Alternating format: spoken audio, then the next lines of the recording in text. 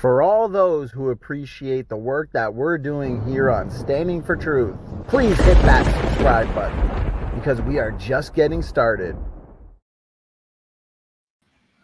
Okay, looks like we are live. We got a special event tonight. We got a good debate, universal ancestry or independent origins. I've got Todd here, who his YouTube channel is, am I saying it right, Todd? It's OutSci'Ed. I would say outside or OutSci'Ed, because either way it reflects my personality. Awesome. I love it. I love it. This is going to be a lot of fun. I want to say thank you to the audience for your patience. We just wanted to make sure that we could start with no technical difficulties and make this as smooth as possible. So it's going to be a lot of fun. We've got Speed of Sound here. No stranger to debates in this community and no stranger to this channel, as well as Praise I Am That I Am, who are going to be moderating this debate. Let me hand it over to them for a second. They can go over the format for the night.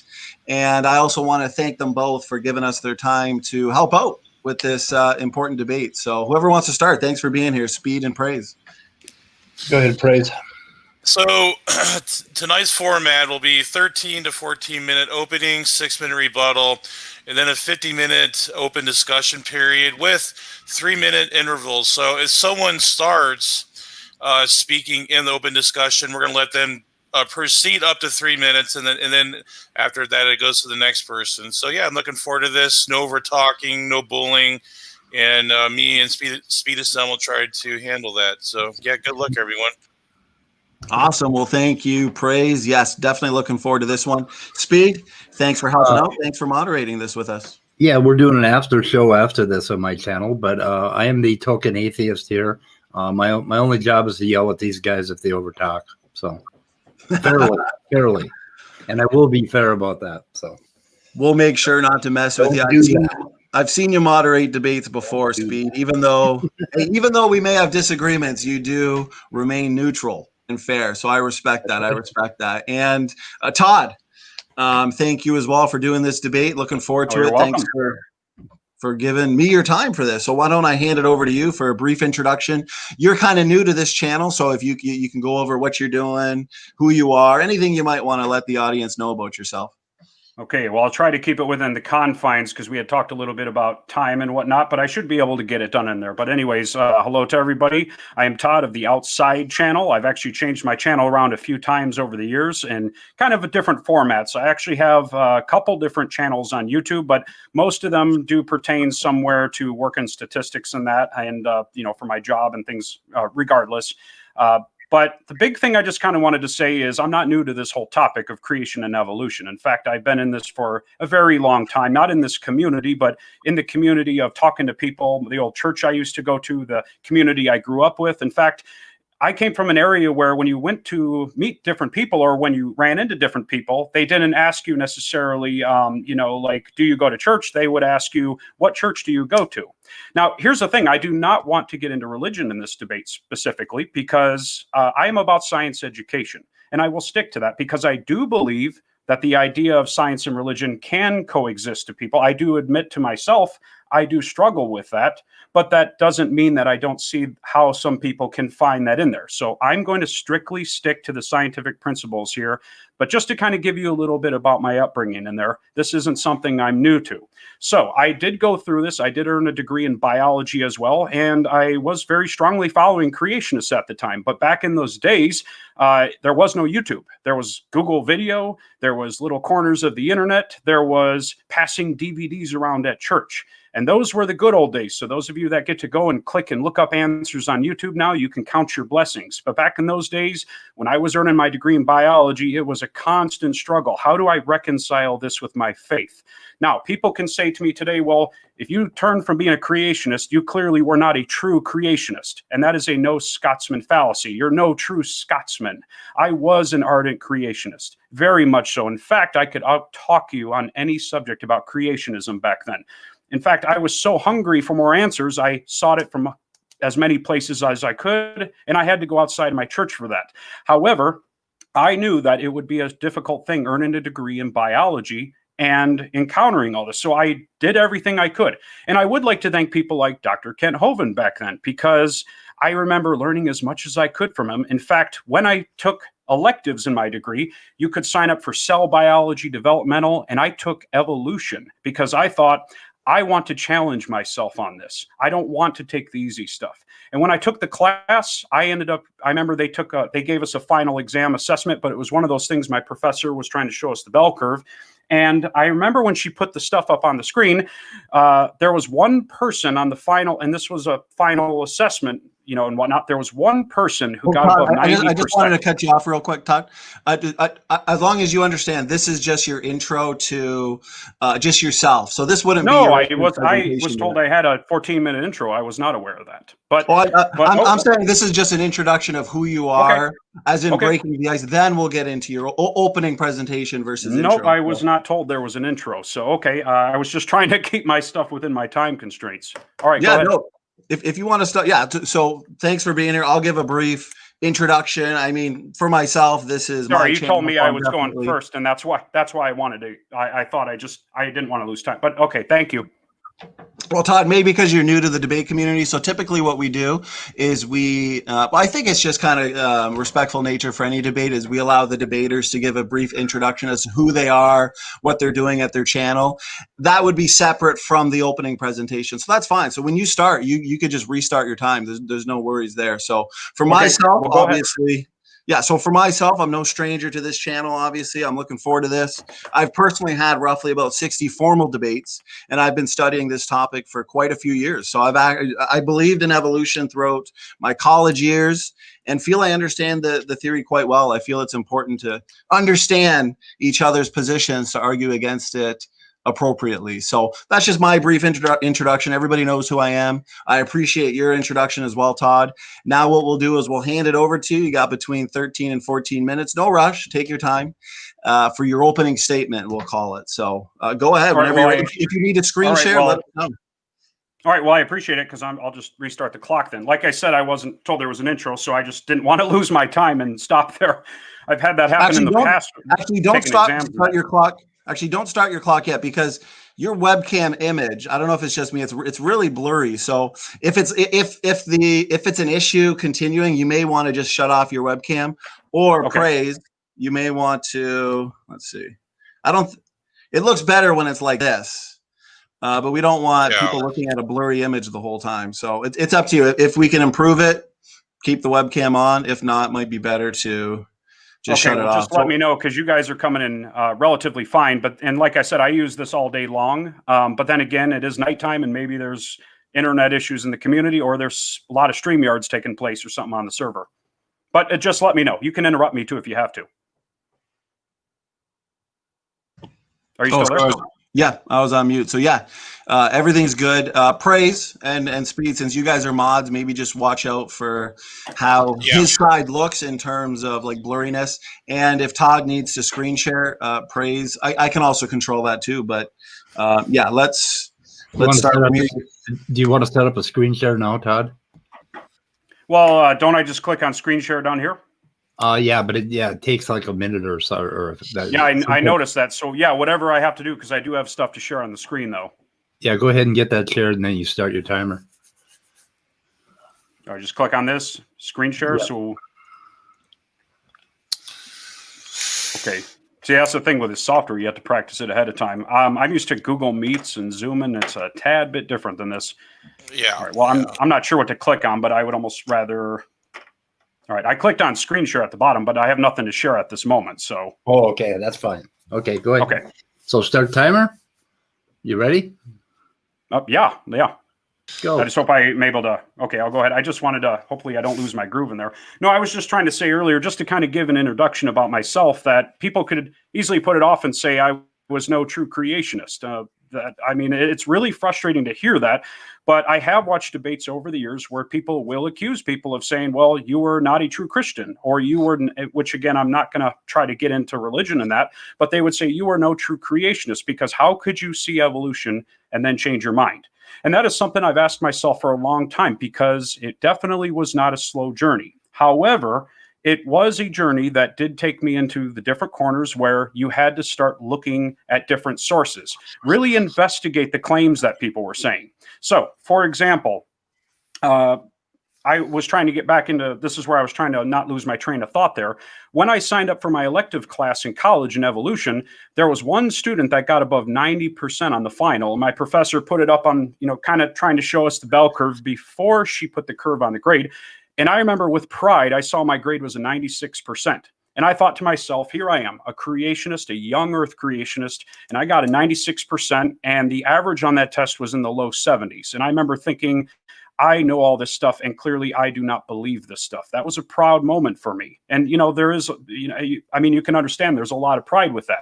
So I continued going on through, worked very hard during my degree, and then, of course, graduated. And I remember looking back saying, wow, I just earned a degree in biology. In fact, it was a 4.5-year degree with some field experience over the summer of 2005. And it was a very exciting thing. However, then I started, entering the adult world, and it was just one of those things where I started hearing claims, and the more I looked into it, the claims just didn't add up. And that's all I can stress to people is you have to look at the claims and see what people are, or you have to see what people are saying. So ultimately, where I stand now, creationism is a pseudoscience. It flat out is a pseudoscience. It's not science. One thing that people commonly will say with creationism, or should we say even intelligent design, is that we can offer this in school, or why isn't this offered in schools? And it's just another explanation of science. A lot of times people will say, well, nobody wants to believe God could say it. They just want naturalistic explanations for everything. And I used to believe that too. But I have to say now, nobody, well, maybe some people, but nobody really is saying that God couldn't have done this. And again, I suppose there are a few people, but I am not saying it is impossible for God to have created things. However, how do we make a prediction and test what it would look like if God had done it?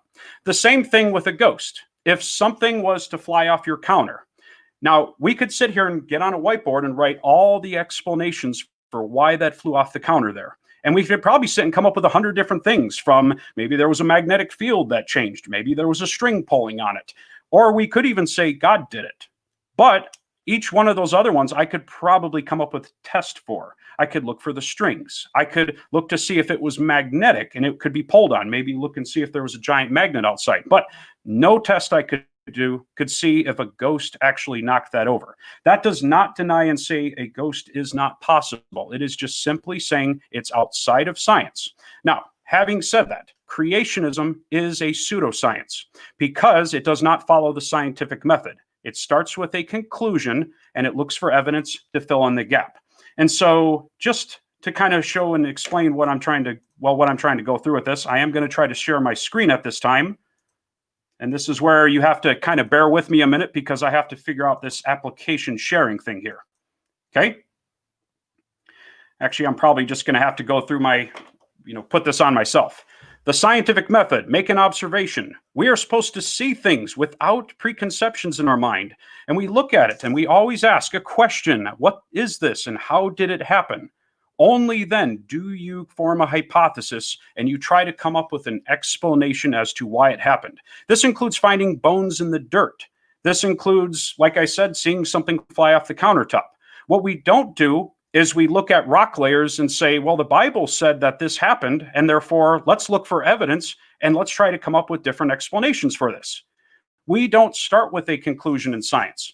And we can say at this moment that if everybody in the world maybe everyone in the world with knowledge of evolution and creation were to die and mankind was to restart over, we could honestly say that creationism would not come back.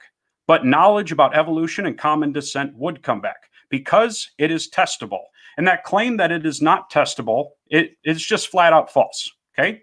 So a couple of things here, because I'm also trying to watch my clock here. The scientific method is all about coming up with explanations that are testable. It is not saying a god or ghost could not do it, but it is saying that is not testable, and that is why it is outside of science. Now, intelligent design did try, to their credit, they did try to introduce the scientific method and thus get it taught in the science classrooms, because they were trying to say that an intelligence is needed to design these features. It is impossible without intelligence. And to their credit, they did try to go through and come up with different ways to explain it. But the truth is, it all failed because the later step in this is peer review. You must look at your colleagues and see what they say, because the truth is, it is quality control. Nobody is an authority in science. We just have experts. But quality control means we must rely on our collaboration. Creationism is kept alive in blogs. It's kept alive in the corners of the internet, just like if I wanted to see evidence of a flat earth. I can go online and look up evidence of the flat earth. So my big claim here is creationism is a pseudoscience. And the reason why is because creationism cannot come up with a testable hypothesis. So starting off, I'll make it easy and give a few ideas here. One common claim is that Mokele Membi, this dinosaur-like creature, lives in Africa, and it is a remnant, perhaps not extinct, of the dinosaurs living in the jungles of Africa. Okay, I don't think that would necessarily disprove evolution. It would be a really cool find, by the way, but it definitely would at least point creation in the right direction. Nobody's ever found this. All we have are stories, and I'm sorry of wackos out there that come up with these stories, and they're not understanding anthropology and why the natives are telling them the details that they are. Same thing with Loch Ness. Is it a coincidence that... So we just lost OutSci'Ed. Yeah, So 6 minutes. So yeah, I got him at 7 minutes, or a little bit under 7 minutes. So yeah, if you're going 14, 7 minutes. Yeah. He's back. Okay. Well, here's the thing. I have a touchpad in front of me, and I touched the screen, and it hit the little X there on the screen. Yeah. Okay. That's okay. So, creationists, they tend to push the idea of the Loch Ness monster. Do you want to share that again, or? Well, I'll put it back up here in a second. But creationists, they tend to share the stories of the Loch Ness monster because it fits this idea that dinosaurs are relatively new and they might still be around. But that is one idea. Another one, a creationist prediction they could make, is faunal succession, falsifying it. Now, when we think of faunal succession, that is the idea that older animals are on the bottom in rock layers, and as we go to the top, there's more new modern creatures that are at the top of the layers there. So creationism, in order to be true, we could look for fossils that are out of order. And I've heard lots of explanations for this, but the fact is they do not have fossils out of order in faunal succession. So actually, I do have something I could share at this moment. I just have to pull it up here because I took a little trip to the Creation Museum and the Ark Encounter a little while ago. And they have ideas on this faunal succession, but it just completely blows my mind away. Whoops, let me pull this up here on my screen. Okay, hopefully this will pop up. Like I said, if the audience is hearing me, I am not used to StreamYard in the format, but I use the other software. They have pictures up here like this, and they have several other displays, and they say they accept this idea of faunal succession, that they're in this order, but their explanation is that the smarter organisms swam to the top. And so they said that's why we see birds at the top and humans, and we see dinosaurs, but then you look at the bottom and you see the trilobites. And then you realize what they're trying to do is explain a cartoon. They're not actually explaining what we see out in the real world. And that's what's disappointing about this, is because if you go out in the real world, you do not have the luxury of making stuff up like this. Another example is they could falsify fossils and how they are made.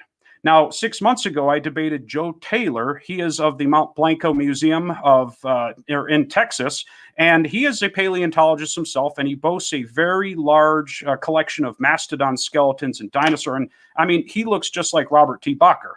And I was debating him on this idea, and he asked me straight up, why don't we see fossils form today? And it's just kind of like, how do I answer a question like that? Why don't we see fossils form today? So I pulled out one of these pictures that I took in the field a few years ago, and I was on a hike out in Wyoming, I believe this was, and I saw this little crevice being carved out, and I saw top of a deer cranium in there. And this is in this little crevice, and there's mud being deposited in the top of the deer skull. And I was explaining to him that I found a few other deer that were dead nearby, but this one, the skull had washed away from the rest of the body. It was disarticulated, and it's now being covered with mud. That will create anaerobic conditions, which will prevent its decay. And then when more mud gets pushed into there, this will get covered, and it will too become a fossil. It is a basic principle of chemistry, how this will happen. But this guy who's a paleontologist, his response to me was, it'll just wash down further. And I said, well, okay, what about the sediments that are with it? Where are those going to go? And he said, well, they'll just wash down further with it. And I said, okay, but eventually the sand's going to cover this up and it's going to make a fossil. And he said, well, eventually it'll wash into the ocean. And then I said, well, okay, but Once it gets in the ocean, where's all that sand and sediment going to go? It's going to bury it and become a fossil. And all he would do was change subjects at this point. So that's what I mean, is there is no prediction they're making that can be falsifiable. I'm going to try to talk about homology here, but obviously opening is going to be a rather short thing to get into. But what about homology? Jackalopes, the rabbits without antlers on their head. How do we know those aren't real? And it's because they did not descend from antlered animals. But in creationist circles, why can't we look and see animals that share traits that are not related to each other like that? And they love to point out the duck-billed platypus without acknowledging that they may look alike, but they are not alike. Okay. Now, not just to come up with a prediction, creationism must also be falsifiable. And that means they have to come up with something that, if they find it, it would prove creationism false. And that is the ideas of Karl Popper, that we don't always just come out and try to find things to confirm ideas, but we try to prove them false. And as we chop away from our ideas and our theory, eventually we're left with something that remains behind, and it is a model. And that's why theories are ever changing, but they are usually durable, just like putting a puzzle together. So I'm just trying to think of all the different things we can get in a short period of time, but I am at 12 minutes, so I do want to respect the time here. But regardless, I will stand by the claim that creationism is pseudoscience because it starts with a conclusion. It starts with the idea that we are all not connected, we are all not related, and it does not come up with a prediction that can be verified. Likewise, it does not come up with falsifiable material, and it doesn't have a way to be proven false. Typically, if they do say something, what usually results is a little goalpost shifting. Okay, with that said, I look forward to a good debate this evening, and I look forward to covering a variety of topics, although our format is going to be a little short, but hopefully we can have some more discussions in the future. Okay? Awesome. That's 13 minutes. Yeah, I got 12 and under 12 and a half, so you have plenty of time to spare. Oh, Good job. SFT, it's your turn. The floor is yours. When you're ready, you want to start the timer on your word, first word. Well, that's interesting. Awesome. One second, Praise. I'm going to share my screen and all that. Maybe, and it looks like there's some issues in the chat too, Todd, and I appreciate the opening. Maybe for the time being, let's try and save some bandwidth. And maybe if you want, just shut off. There you go. There you go. All right, I'll shut the camera off. Try again later, but we find that if there are issues, say there's too many streams going on right now. Sure, not a problem. Yeah. Okay, so let's start my timer in a minute. I'm just going to share screen here. And okay, here we go. Todd, thanks so much for your opening statement there. And want to make sure everybody can see. I'll start my timer as well. And okay, let's get into this then. I'm really looking forward to this debate. Actually, Praise, can you mute anyone who's not talking just to avoid background noise? Yeah. I heard something there. Awesome. Okay, so I'm really looking forward to this debate on universal ancestry versus independent origins. I'm going to present various lines of overwhelming evidence that can only be explained by the biblical model of ancestry. First off, let's get right into the evidence that would be considered agnostic to the debate. That is the evidence that can be explained by both models, creation and evolution. He talked about homology. Okay, how about homology? Well, we know that human engineers design in homologous patterns. Across the globe, we see shared designs and even shared blueprints. This is basic. There are also incredible differences. I like the way geneticist Dr. Jeffrey Tompkins explains both the differences and the obvious similarities. He explains this perfectly well in his book, More Than a Monkey. In addition to the major differences that exist between the human and chimp genomes in regard to chromosome numbers, orphan genes, incomplete lineage sorting, Y chromosome DNA, and overall genome similarity, there are also major differences in how genes are utilized or expressed. The fact is that humans and chimps, like other mammals, have similar cell physiologies and gross morphological similarities as well. Therefore, we do have a large number of genes that share high levels of similarity in their DNA sequence. What about the so-called existence of transitional forms? Well, think of a military vehicle that blends the features of both a land vehicle and a vehicle built for the ocean. For example, an amphibious assault vehicle. Creationists too predict interesting mosaics. Fascinating mosaics are always the exception to the rule. I find that evolutionists love the exception to the rule as an argument. Lastly, nested hierarchies, as is shown here, are simply characteristics of design and reflective of God's hierarchical nature. Since we were made in the image of God, we should be able to get a sense for how he may have designed the biological world based on how we design things. It turns out that we too build and design in hierarchical patterns. Of course, we would expect more in common in terms of anatomy, morphology, physiology, and genetics with a human and a chimp than between a human and a fish, or between a human and a bacteria. Once again, this is basic. These arguments employed by evolutionists would be like arguing for evolution, or even arguing for creation by pointing out the blueness of the sky, or the roundness of the earth. What in the world? Both models, creation and evolution, can explain why the sky is blue and why the earth is round. We need to focus on that which can differentiate between the models. I'm going to demonstrate why independent origins and a literal scientific Adam and Eve best explains the data. We can start off by making some predictions and retrodictions. What does scripture tell us regarding the origins of humanity? Clearly, what we see is independent origins and non-relationship to the apes. The Bible says one man and one woman, Adam and Eve, of course. Basic genetics tells us the man passes down the Y chromosome and the woman passes down the mitochondrial DNA. If the Bible's account of human origins is true, we should be able to look at these two DNA compartments, the uniparentally inherited DNA, and trace them back to two common ancestors, two individuals. Amazingly, the data confirms this. And this did not have to be true if evolution was true. There could have been any number of mitochondrial DNA ancestors and any number of Y chromosomal ancestors. We could have also been very similar to the chimpanzee Y chromosome or the chimpanzee mitochondrial DNA, and yet what we find is that we are extremely different to the chimp in both these DNA compartments. When we look at these DNA compartments, we can build some very telling family trees. We will be looking at a mitochondrial DNA tree in just a few minutes. But first, I want to point out that we prefer a more straightforward approach to mutation rates that does not assume deep time and does not assume ape to man evolution. There is no need to assume that humans and chimpanzees split from a hypothetical common ancestor millions of years ago. This would actually be a circular way of doing things. In a moment, I will show exactly why my opponent Todd here cannot legitimately assume the chimp to human split and thus use the phylogenetic method. Measured mutation rates is it's actually the most empirical way of using the molecular clock.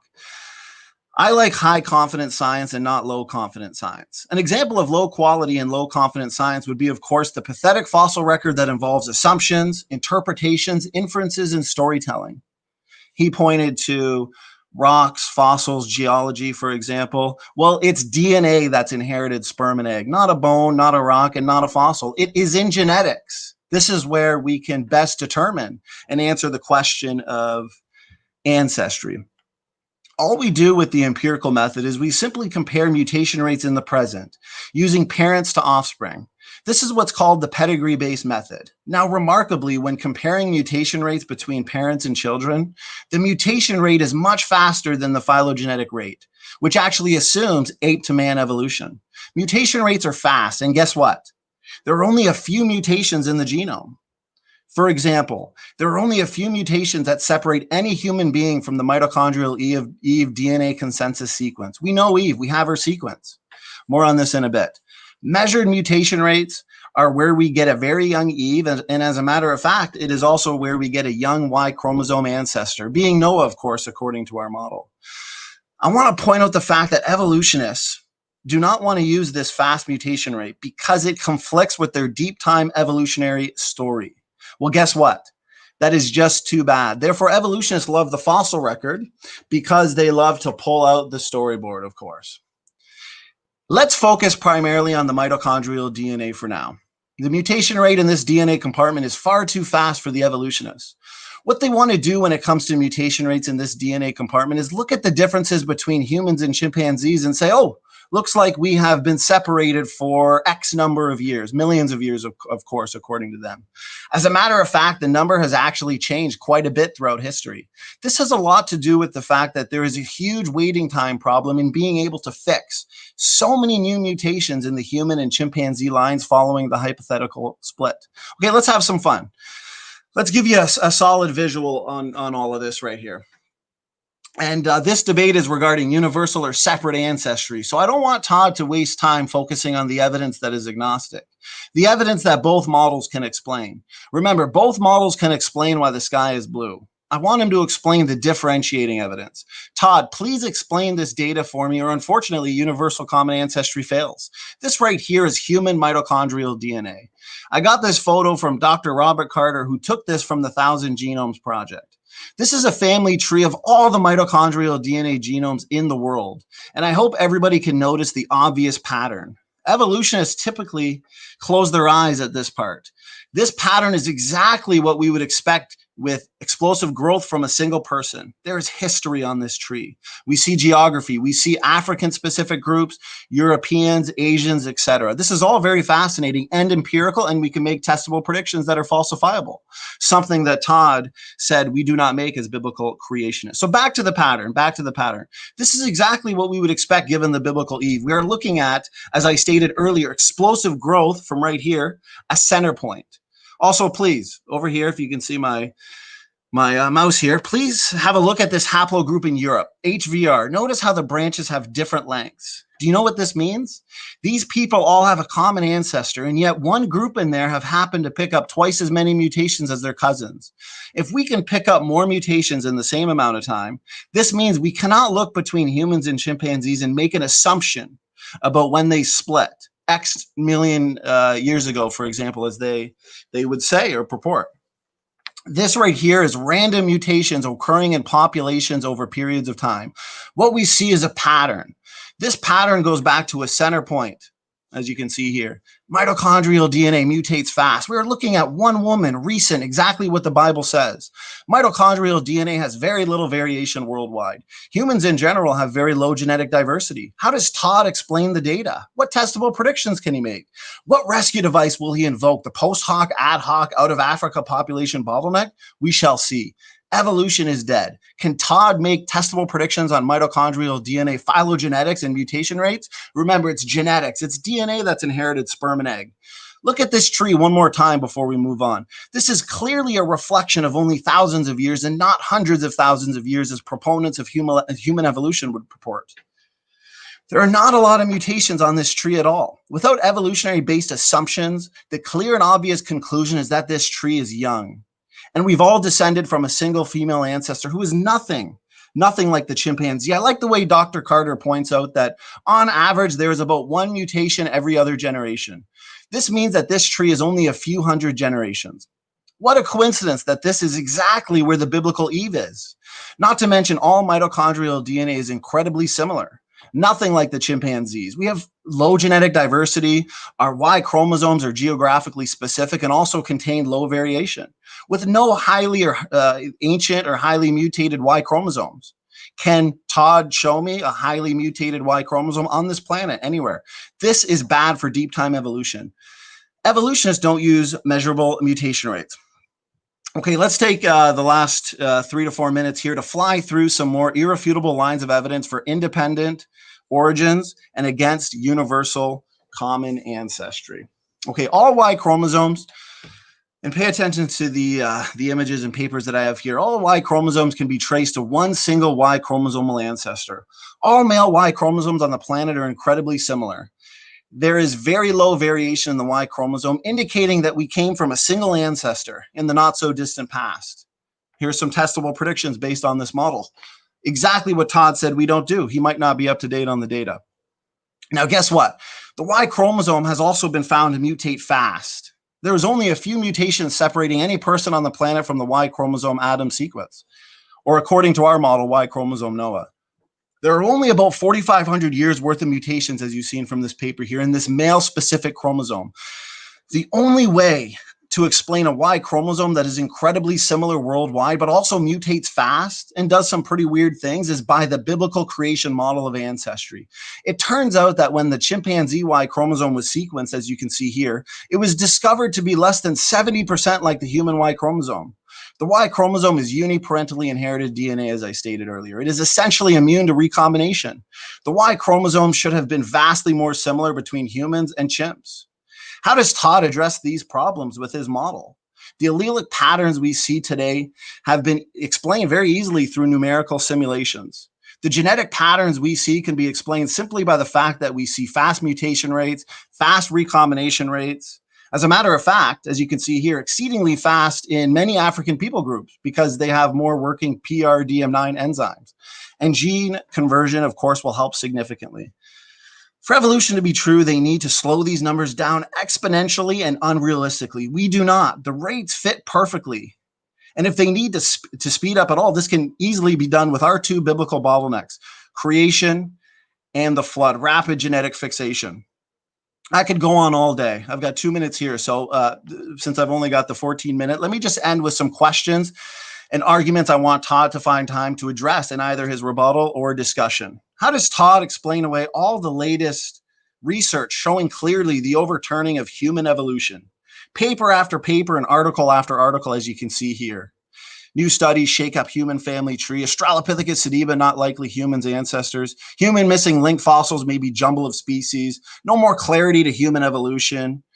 We can see here that there's extensive developmental abnormalities and pathology in the fossil record consistent with our model of post-Babel dispersion. 1 minute. Thank you, praise. We see footprints here. Laetoli footprints in Crete. Neanderthals buried their dead, used medicine, dental hygiene, nothing but a variant of human. Humans and Neanderthals, less different than polar bears and brown bears.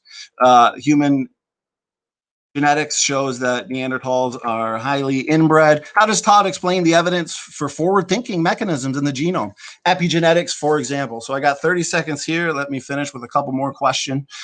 How does Todd explain the functional retrotransposons according to his model? What about the functional orphan genes that show independent ancestries? How does Todd explain this incredible class of taxonomically restricted and essential genes? These orphan genes defy universal ancestry. These genes are unique sets of coding sequences that are specific to particular organisms, and they show no consistent hierarchy. We can get into the chromosome 2 Time. Great stuff. Awesome. Good. Great opening. Perfect. Thank you. Now we're going to go in the 6-minute rebuttal period. So on your word, Todd, the floor is yours. Whoops, hold on. He's on mute. Oh, sorry. Yeah. Oh, good. Are you able to hear me at this time? Okay, well, my neighbor I noticed my neighbor is blasting his music too. That's a symptom of Friday night. So if that's coming in, I do apologize here on this microphone. The reason creationism is able to make these claims, first of all, is because they bypass the second to last skip of the scientific method, and that is rigorous peer review, which is quality control. The comments made here that evolution is being falsified by genetics and being falsified by homology, come on here now. The truth is, it's being kept alive in the realms of echo chambers, which is the corners of the internet, which is by people that are in a tight-knit community sharing these ideas and not trying to look for falsehoods. They're trying to confirm an idea that they must hold to. And that is how this is how these ideas hold in. So I'll give you an idea here. Let me pull up my screen because I don't have all of these in a PowerPoint. But I took a trip to the Creation Museum 4 years ago, and I spotted Lucy because this is one thing that creationists love to talk about, despite the fact that she is just one of the many types of hominid fossils we have. And I noticed they put her in the portrayal of a gorilla, standing on all fours, being a knuckle walker like this. And they said, this is just simply an interpretation of the fossil. However, one prime thing we need to know about anatomy is a central theme is structure determines function. You can look at the structure of your body and have a good idea as to why that body part is like that. Lucy had angled femurs. This is a feature for standing upright. Lucy had locking knees. Now that doesn't mean she was fully walking upright, but to put her down like this and show her walking like a gorilla is neglecting the evidence, and it is trying to shine her in a different light. So let's take a look at the genetic evidence, because I'm baffled to hear for really the first time in a long time outside of creation, or well, since being outside of creationist circle, that the genetic evidence is somehow falsifying evolution. Because the truth is that genetic evidence is actually confirming this. And if only Darwin was alive to actually see the genetic evidence. So I remember this day. I don't know about you, but long time ago, because you said you were an evolutionist, back in the day, we, of course, knew humans had 24 or 23 chromosomes. Primates have 24 chromosomes. Whoops, my PowerPoint is stuck here. Okay.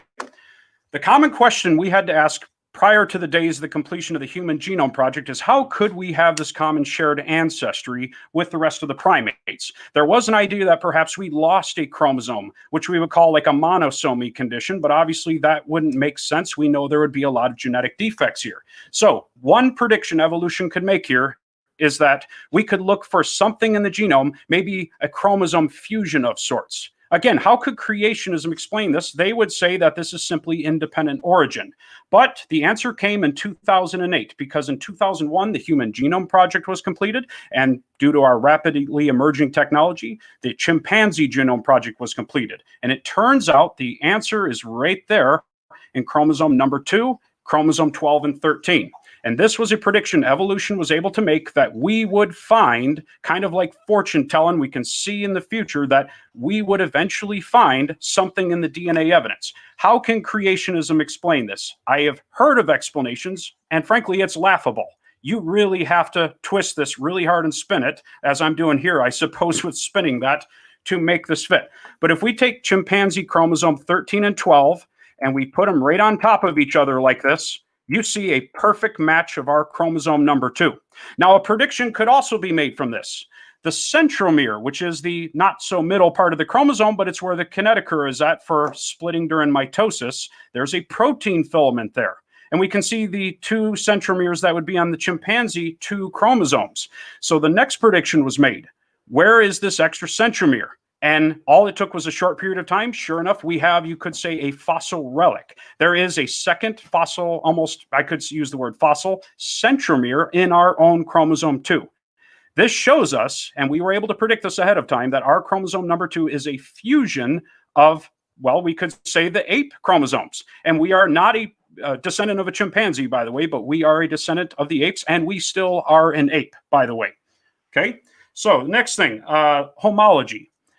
I like the analogies of the car because it does illustrate the ideas of homology very well. But one thing we have to think about in biology is when you look at any group of animals, why is it any group of animals shares characteristics in common? So, for example, if we look at, pentadactyl limbs, we can see these. This is obviously a favorite of creationist and evolutionist textbooks, so I'm sure this is heard, and I figured I'd introduce us off here. This is a favorite one because it illustrates these parts all have common features, and it's because we are all vertebrates. You don't see these in insect lineages. However, we will never see these traits. You'll never see a mammal with a beak. You will never see...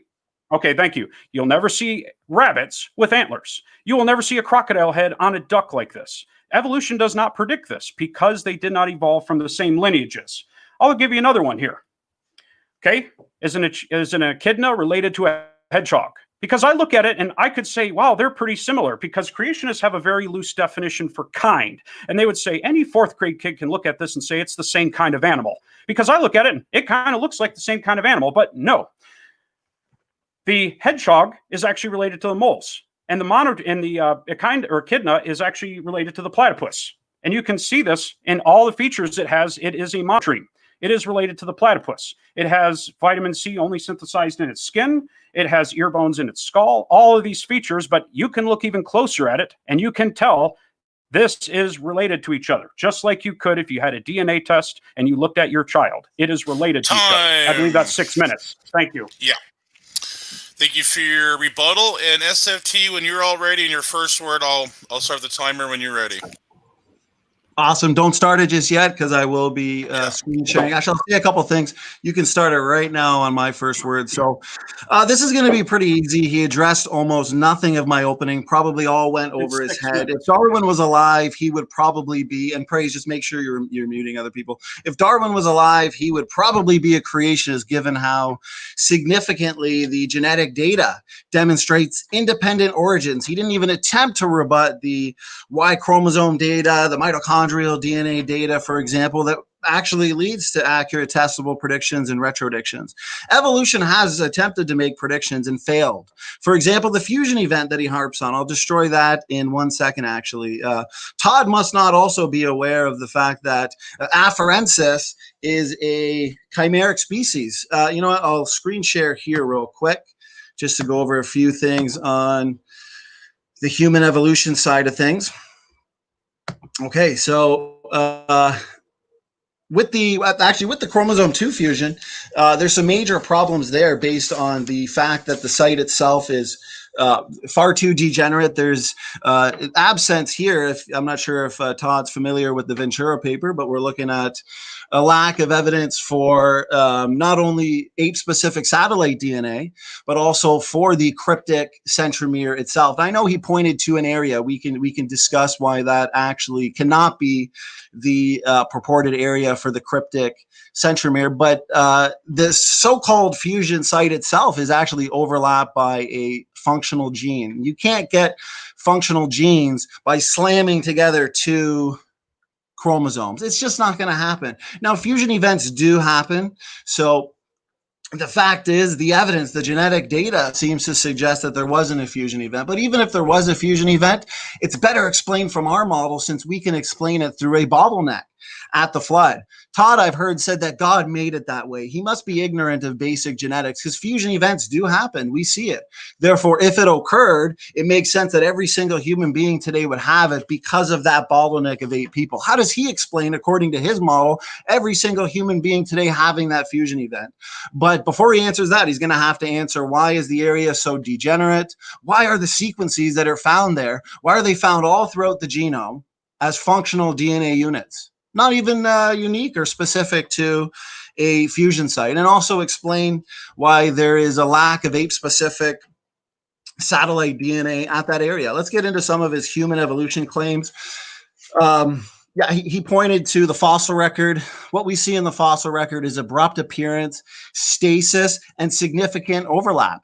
With the Australopithecines, he must be out of date on the latest discoveries, because his so-called ancestors, the Australopithecus afarensis, which Lee Berger says is a mixed species, mixture of Homo bones and Australopithecus bones. This is a fact. This occurs. For example, Australopithecus sediba, as you can see on the screen here, human missing link, fossils, maybe jumble of species. These aren't creationist sources. These are the paleoanthropologists themselves admitting that this is the case. There's significant overlap between the Australopithecines, between the Homo genus Neanderthalensis, for example, Floresiensis, Erectus, Naledi, Heidelbergensis. You know, they've all coexisted, intermingled, interbred.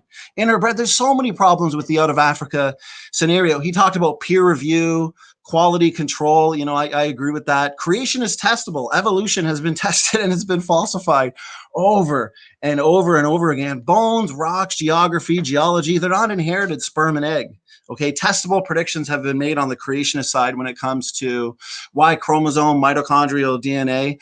What testable predictions can he make according to his model? So here's a paper here in groundbreaking find, 3 kinds of early humans unearthed living together in South Africa, Australopithecus, Paranthropus, and the earliest known Homo erectus. Now they'll say, well, okay, fine. You know, they could coexist.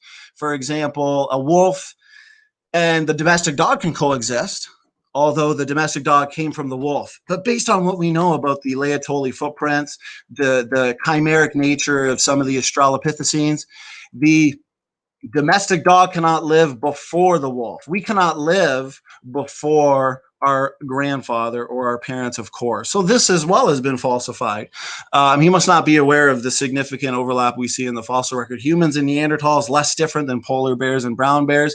How does he explain the out of Africa scenario that looks to this population bottleneck that would have reduced the human population to between 2 and 10,000 for 1,000 years, 10,000 years, 100,000 years? Well, guess what? That would have been extremely damaging. Those mutations that were in recessive state would come to the forefront. They'd be manifested, leading to rapid and accelerated genetic degeneration. So how does he explain that according to his model? We can see here clear separation of ape and man. Lucy, 20% complete when you consider the missing feet. Sediba, habilis, ardipithecus, neanderthalensis. It's all consistent with our model. We've got here epigenetics, forward-thinking mechanisms. How does he explain that, which requires forward thinking? He dodged the orphan genes. Intronic ALUs influence alternative splicing. So if he wants to convince anybody of universal common ancestry, he's going to have to explain the differentiating lines of evidence. Homology, nested hierarchies. Linnaeus was a creationist. Kingdom, phylum, class, order, family, genus, species, based on function. That's why we're looking to function to differentiate the data. How does he explain the fact that these mutations are accumulating from generation to generation, most of them deleterious and unselectable, degenerating our information systems? What type of natural selection? Thank you. Okay, so I guess since I ended there, he can take the first 3 minutes, pick a question, and kind of go from there.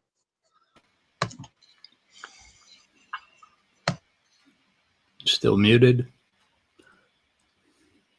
There you go. By the way, just to kind of throw that out there, I thought I was automatically going to be muted by the moderators and stuff, so I didn't mean to interrupt you the last time there and whatnot.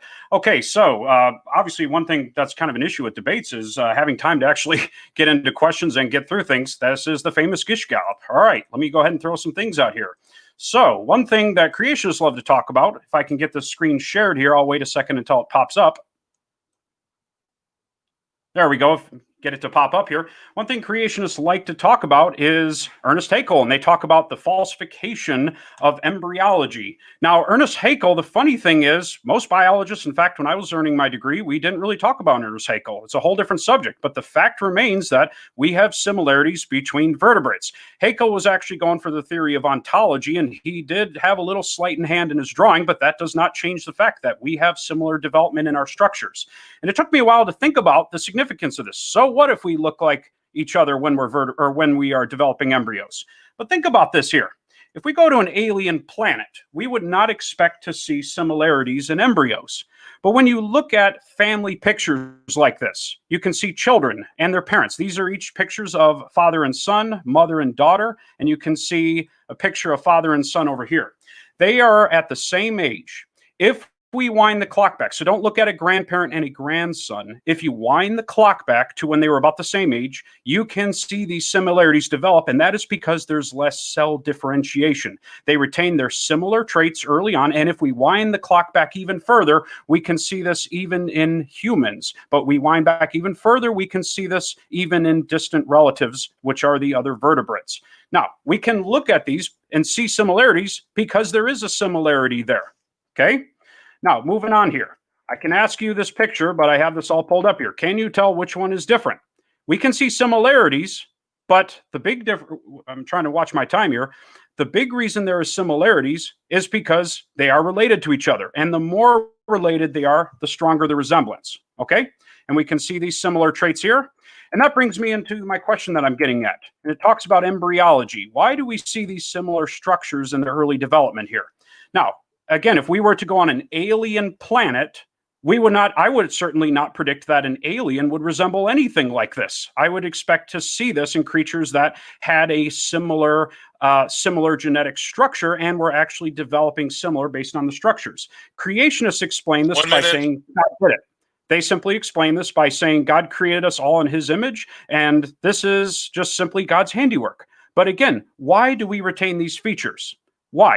I'm going to get into some other stuff here later, but I would just like to throw that out there first. How do you explain embryological similarities here? Awesome. Okay. So you had under half minutes. So go ahead, SMT. You got 3 minutes.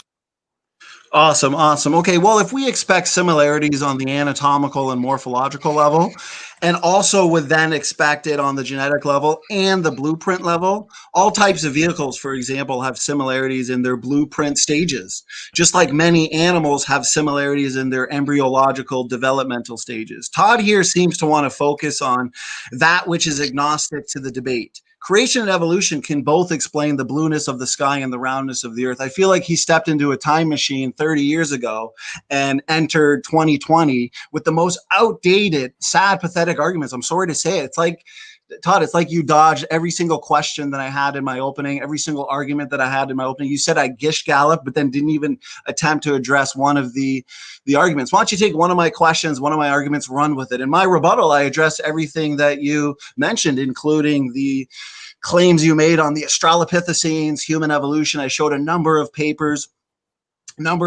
on DNA function, for example. I showed a number of testable predictions that creationists are making based on genetics. That's what's inherited, sperm and egg, not a bone, not a rock, not a fossil. So my question that I would throw at you, because I just answered your question there, why don't we focus on some differentiating lines of evidence? How do you explain, and I can always share screen again. How much time do I have before the 3 minutes is up, Praise? Minute and a half. Okay, so I'm going to share screen here real quick. And go to, so are you familiar, Todd, with all the incoming data on like functional ALUs, functional retrotransposons, the ENCODE data, which suggests that over 80% of our genome is active, overturning the entire junk DNA paradigm, including overturning the chromosome 2 fusion? And are you familiar, we'll let you end with this, the Ventura paper that talks about the ape-specific satellite DNA that is not found at the human chromosome 2 site or in human chromosomes if there really was a fusion event. So I'm just touching on some topics that you brought up instead of bringing up anything new, and we'll kind of run with it. So go ahead, Todd, take your time and hopefully address something from my opening or answer any of the questions that I've brought up. Go ahead. Okay, is this my 3 minute response, or was that his question that he was offering? That's his 3 minute response, and yours is next. I guess I thought he was going to ask a question, and then I had my 3 minute response. I just want to know that I'm following the format. It works together, yeah. So his question and response is in that 3 minutes. Okay, that's where I just wanted to be kind of fair on this here. Okay, so just wanted to make sure I have a chance to start my clock here. Okay, well, the reason I can't possibly respond to all that is because there's just no way to do it in a short debate format like this. But I will say creationism, again, it lives in the corners of the internet, and it lives in the corners of echo chambers. If you think for a minute that DNA evidence is falsified by evolution, you are greatly mistaken here. So to answer some of these questions, I can't simply do that because my background is not in this emerging field of science. Think about how much genetics has grown in the last 15 years alone. It is such a rapidly emerging field that unless you are really fully devoted to this, which it sounds like you've investigated this a lot, it is something that is not possible to do in this short period of time. However, I will say every single time I look into this and every single time a new thing comes out, the contrary is actually said, that it further confirms the ideas of evolutionary theory. But somehow on creationist websites, they always have a way to kind of twist this. And they quote mine and always find papers out of context. But when you dig just a little bit deeper, these things are completely misconstructed. And so, for example, we'll use the idea of non-coding genes. Now, we've learned a lot even since I first learned about this here. Whoops, make sure I got my time on here. We first learned about the ideas of non-coding genes have been an idea that has been around for a long time. Years ago, we didn't really have a whole lot of ideas, but now we're learning new ideas in terms of how they function. However, it doesn't change the fact that there is still what we would consider junk DNA within us. But I don't even like that term junk DNA. There's many different explanations for these. Now, retrotransposons, I'm not exactly familiar if you're describing the, what's it called here, the endogenous retroviruses, which function as transposons, because we believe those actually make up a good portion of our DNA, which actually match similarly with retroviruses that would infect our ancestors, and we carry over those genetic remnants within our DNA, and we pass them on, explaining a good portion of our non-coding DNA. So, am I supposed to ask a question in this time, or do I just kind of finish up in this time? As far as I know, you can do both. So if you have a question, he'll answer and do his next response. So I'll pause the time. You have a whole minute if you want to finish up.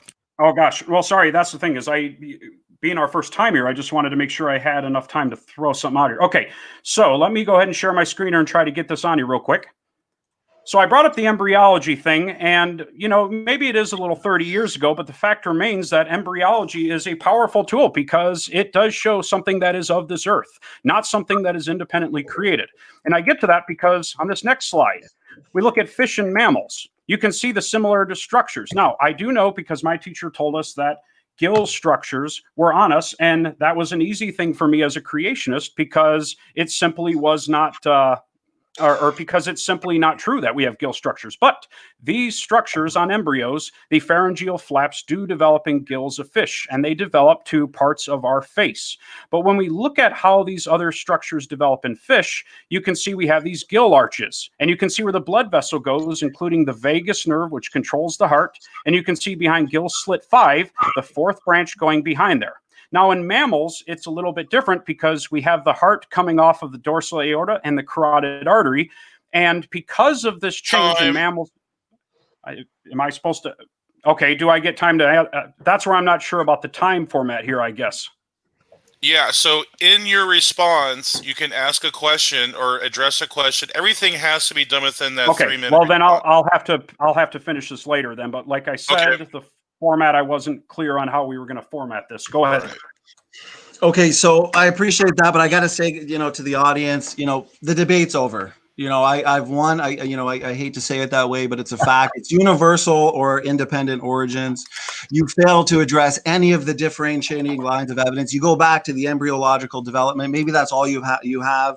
You've dodged. You use the chromosome 2 fusion like it's just, the golden evidence. I've given you 3 or 4 or 5 lines of evidence showing you why it's not a fusion event.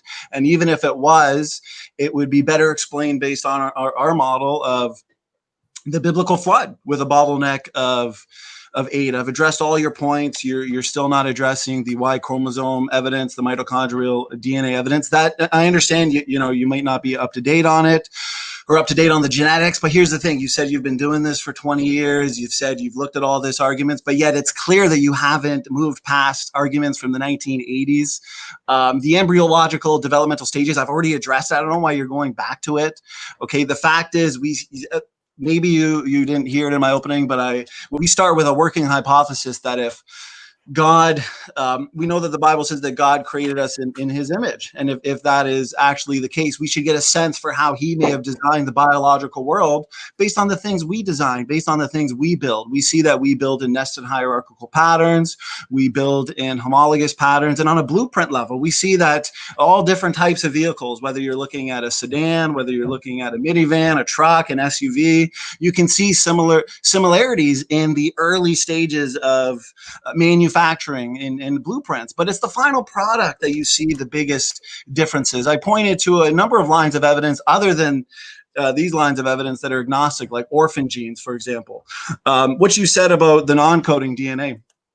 ENCODE has revealed that over 80% of the genome is actively transcribed in RNA, and these non-protein coding RNAs, I talk about this frequently, they regulate virtually all aspects of the gene expression pathway. Okay, evolution has never predicted this much function. Now, if most of that activity is just useless activity or spurious, for example, it wouldn't make any sense for the cell to replicate all of that useless information. All of those DNA sequences would be mutated to oblivion. We know introns are not just passive spacers. They are rich in splicing factor recognition sites. So, what we'll do to not bring up too many topics, I feel like I've addressed everything you said. So I'm going to just narrow it in. I got 1 minute here. I'll ask a simple question and then we can kind of go back and forth on it.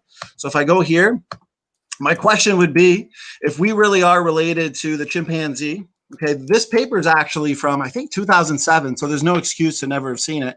Chimpanzee and human Y chromosomes, when you consider structure, gene content, overall architecture, less than 35% similar, but yet they are supposed to be our closest cousin. So how can you explain that massive, massive dissimilarity? This is a secular paper, Todd. So just focus on this one question. I answered your question on embryological development, chromosome 2 fusion. Now answer one of my questions. How do you explain the massive dissimilarity between human and chimpanzee Y chromosome? And then we'll run with this. And then you can't accuse me of gish galloping. So you can either address a few things in the 3 minutes or directly answer this question.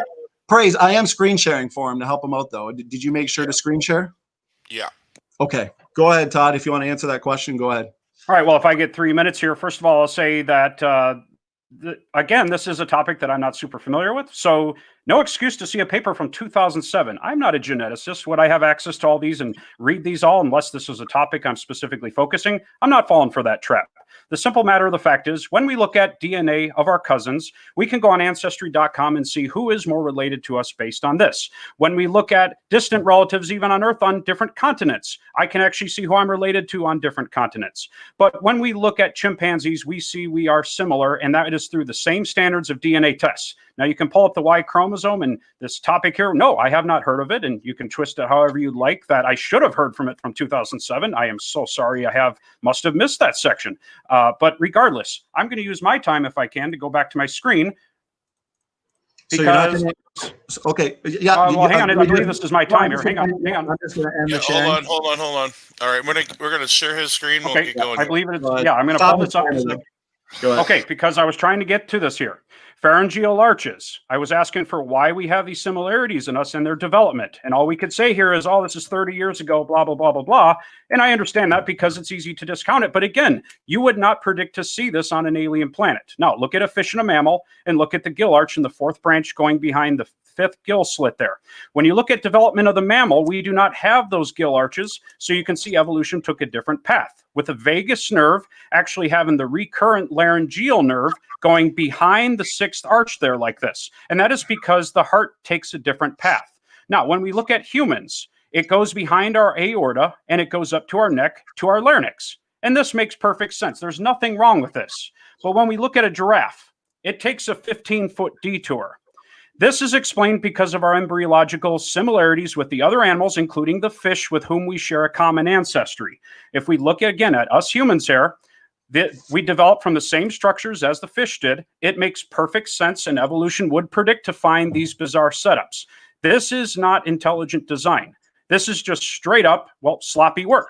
That 15-foot detour of the laryngeal nerve is simply there because the giraffe did evolve from a shorter neck animal. Okay, well, that's where I'm going to leave it at. So how do you explain the recurrent laryngeal nerve? A simple thing to understand, no paper necessary to read it. How would you explain this, and how would a creation, an intelligent designer explain something like this? Okay, let me share screen real quick. So once again, Todd brought up the embryological developmental stages. I have addressed that. Maybe he doesn't like the answer. Homology, nested hierarchical patterns, similarities in different stages of the embryological stage would be expected based on the common design hypothesis, as well as the common ancestry hypothesis. That's what we're going to look at, that which can differentiate the lines of evidence. And one of those, actually many of those, the ones that he's dodging, for example, the DNA data regarding DNA function, the Y chromosome dissimilarity between chimpanzee and human Y chromosome. Supposedly our closest, our cousin, we descended from a common ancestor with the chimpanzee roughly 6 million years ago, but because of the waiting time problem, they keep pushing that back more and more and more. Now they want to use arguments like this laryngeal nerve in the giraffe, for example. This is kind of like your vestigial organ argument, where they've assumed, for one, they're assuming God's design. I'm sharing screen here because I want to go to, so we can see here vestigial organs or argument from bad design. Back in the day, when it comes to vestigial organs, they assumed, they had a list of over, I believe it was 180 vestigial arguments. I'm trying to find my source here that says, yeah, it was about 180, and now they've got none. Every single one has shown to be functional. And now what they've done is they've actually given a revised definition, where back in the day, and I would ask Todd if he has any paper or source with a prediction from, say, 100 years ago when they first started labeling certain structures and organs as vestigial. Did they actually predict that it would retain some function?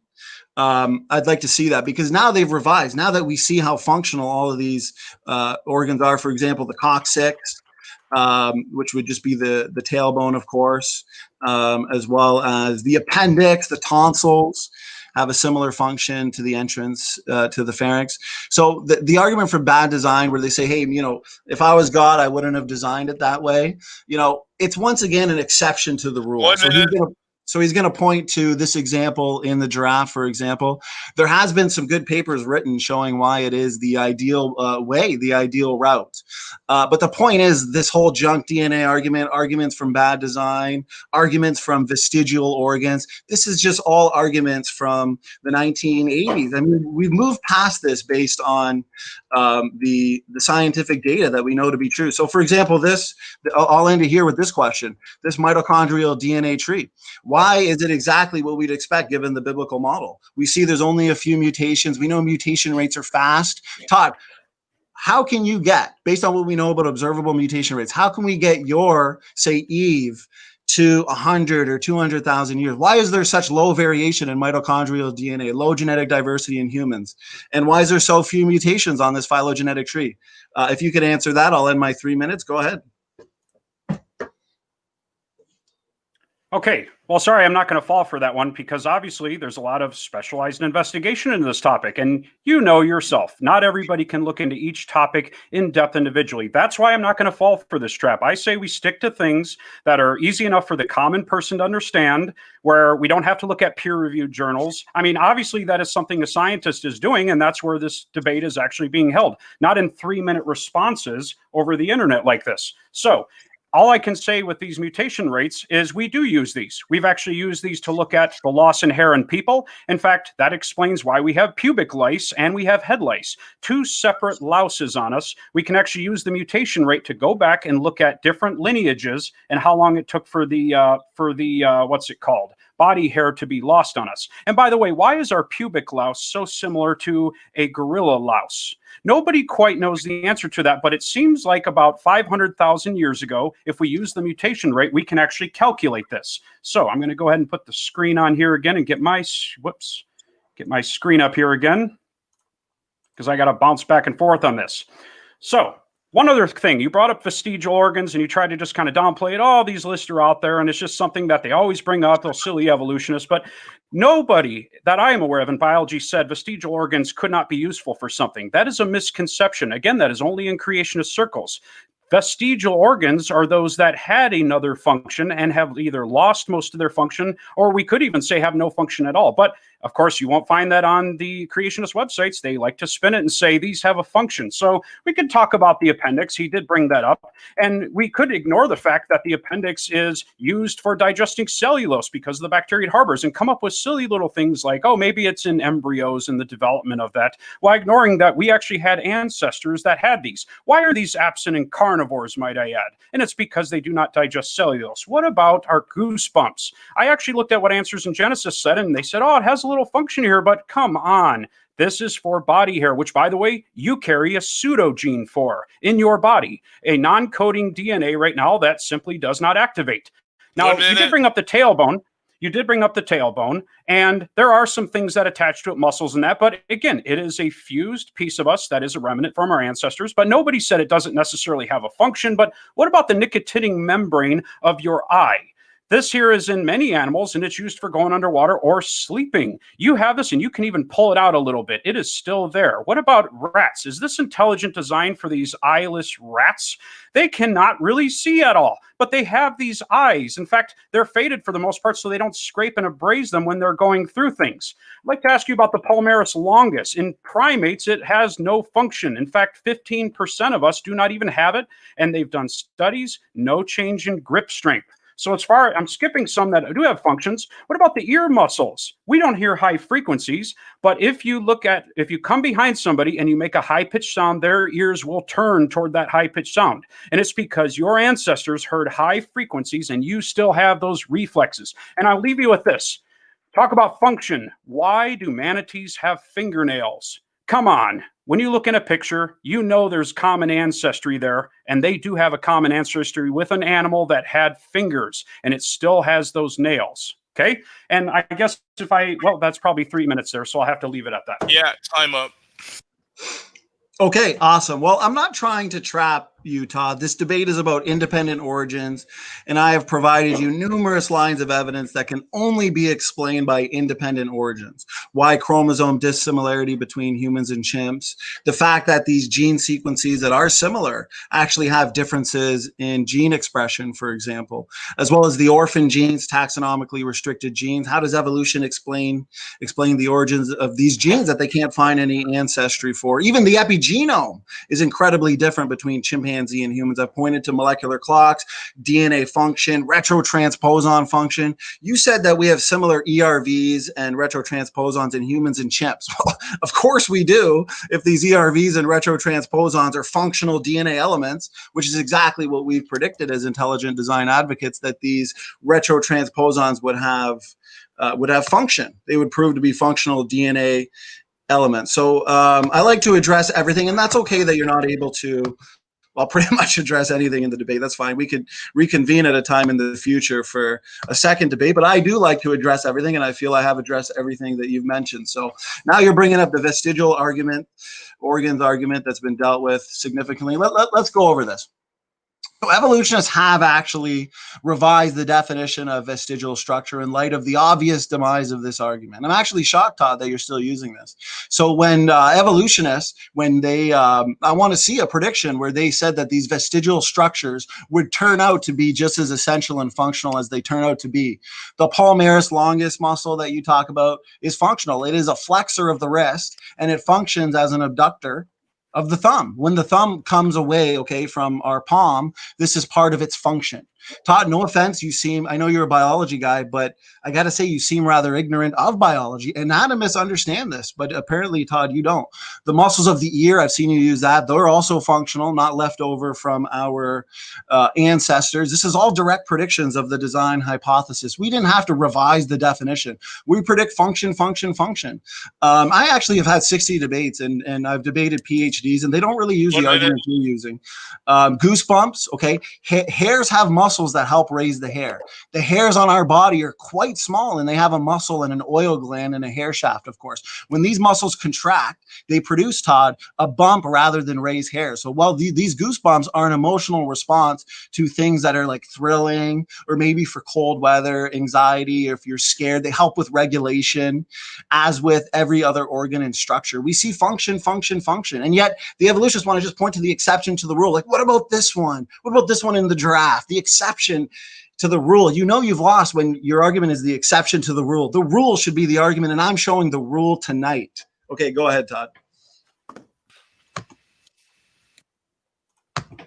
You are sitting in an echo chamber coming up with these ideas, and it's not really experiencing peer review, because I'm sorry, the people from ICR as well as AIG, they are basically bloggers rather than researchers. And then they cry foul because their work is not being looked at. And they say the reason they haven't published in peer review magazines or peer review journals is simply because it would be excluded. That is a classic battle cry that they will say. But I'm sorry, that is simply incorrect about these vestigial organs. And again, nobody did say they did not have a function, but rather they are a leftover trait. And yes, we would predict these would be in there because we still see them in humans today. Now, look at your grandparents, your great-grandparents. You might have some remnant traits in your body that actually came from them as well. For example, the tone or the appearance of your skin, even eye color and things like that. These are passed on.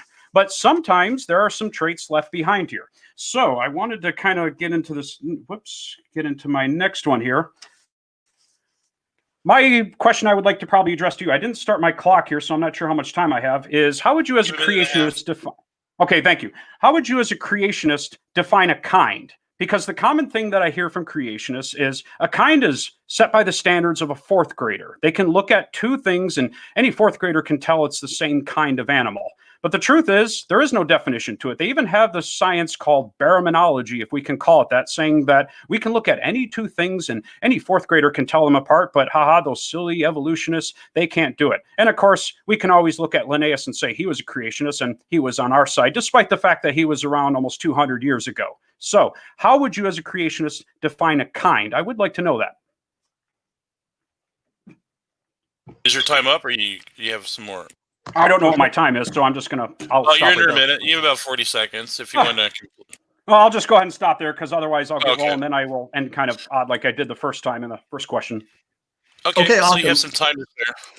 Okay, well, I appreciate that response. So I've provided, and I'll screen share again, 99% of my sources from secular sources, and then one source from creation.com, and Todd says, yes, now I can finally have an argument and point that out. Well, guess what? These arguments are still coming from, this data is coming from secular sources. Why don't you address the 99% secular sources that I've provided? Because you've admitted that you don't have any answers, which is fine. But here's the thing. The debate is universal ancestry or independent origins. And I've shown evidence after evidence that confirms independent origins. I'm sorry, Todd, you've just addressed 0% of the data. The truth is, this new definition, you can find definition after definition of vestigial organ 100 years ago being that of something useless, no function. But now we find that all of these so-called vestigial organs have a function. They had a list of over 180 back in the day. And a counter to your argument, some of these organs are also functionally different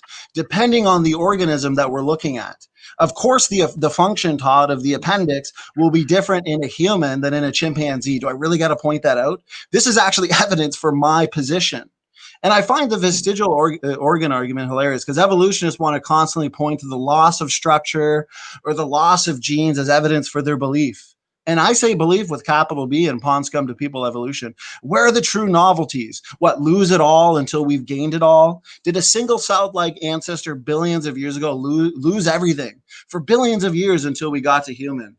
Give me a break. What we're seeing is the rule is function. The rule is function in our DNA. And when it comes to kinds, my definition of kinds would be groups of organisms would descend from the same kind if they belong to the same ancestral gene pool.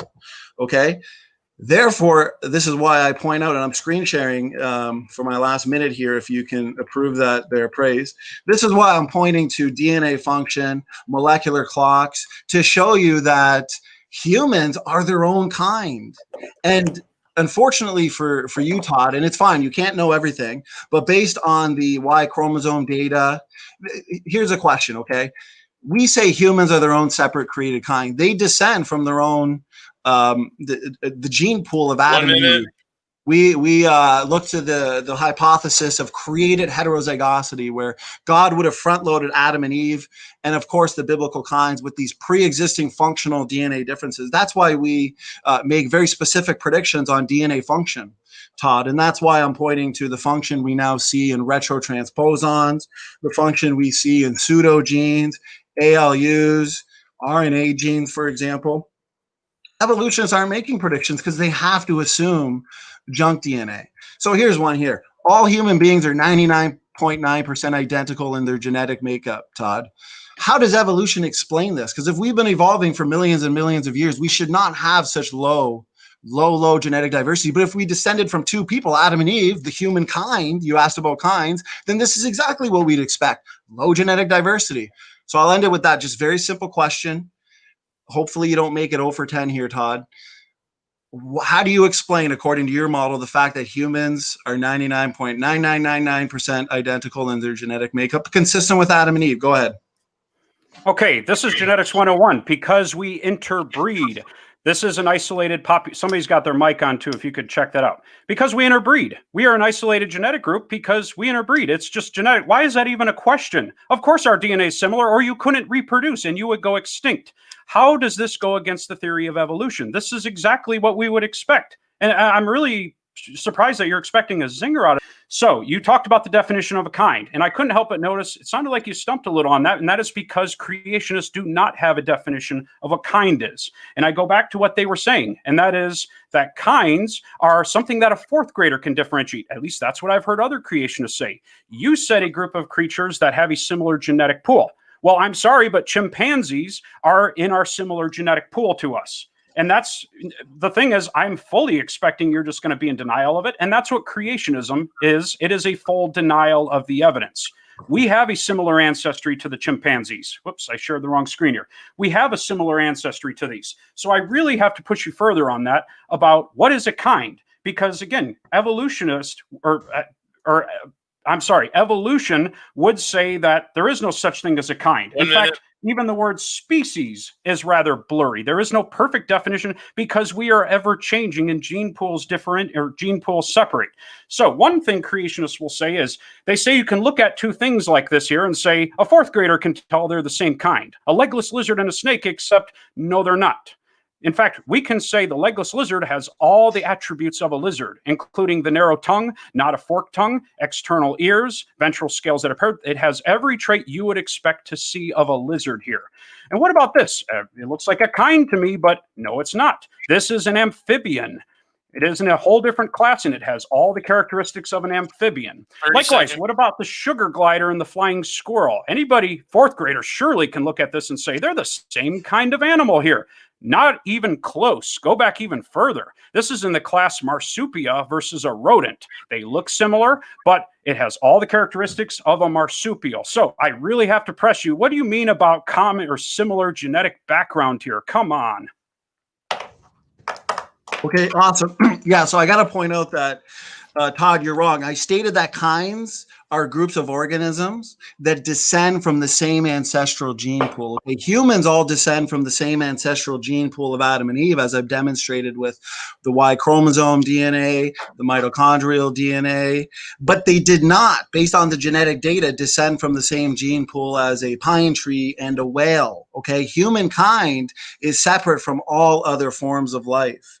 And your examples that you provided, that of convergent evolution, I mean, I'm sure you're aware of convergent evolution, that these similarities, evolutionists wouldn't say is due to recent ancestry or recent relationship. They'll say that these evolved independently. So anytime that you invoke that which requires convergent evolution, you are pointing out to everybody in the audience and myself a lack of uniqueness in your phylogenetic tree. Now, you clearly didn't understand what I said about the 99.99% similarity in all of humans, okay? My point is if we have all descended from just two people thousands of years ago, we would expect low genetic diversity in human beings today. Chimpanzees, for example, they have more genetic diversity within themselves than humans and Neanderthals do. And a lot of paleoanthropologists want to label Neanderthalensis as a sister species or a different species. So explain that to me. The point is, and there is an explanation from the evolution community on why, because they didn't predict such low genetic diversity. I challenge you to show me where they predicted it. They did not. So they invented the post hoc ad hoc out of Africa population bottleneck that reduced the population to between 2 and 10,000. So here's what you didn't understand. If we've been accruing, according to the evolution model, genetic mistakes, mutations for millions of years, Todd, we would expect, according to the evolution model, high levels of genetic diversity like we see in a lot of animals, like we see in chimpanzees, for example. The data confirms the biblical creation expectations. We didn't have to invoke a post hoc, ad hoc, out of Africa population bottleneck. So once again, how do you explain, and if you're going to look to that out of Africa population bottleneck, address the problems with it, just how detrimental and damaging it would be based on the inbreeding, all of those mutations coming to the forefront, leading to rapid and accelerated genetic degeneration. No, it makes sense. If God created two people, Adam and Eve, like I said, they are a kind, separate from all other forms of life. This would restrict genetic diversity. Two people we came from. And this is exactly what we find. Okay, evolutionists were shocked by it. They did not predict it. This is just a fact. And the chromosomes, I mean, similarities, like I said, homology, nested patterns. Of course, we're going to expect more similarities between a human and a chimp than between a human and a bacteria. So the chromosome 2 fusion, then I'll end it with this. How do you explain the lack of ape-specific satellite DNA that should be there if there was a fusion event that is correlated with the chimpanzees?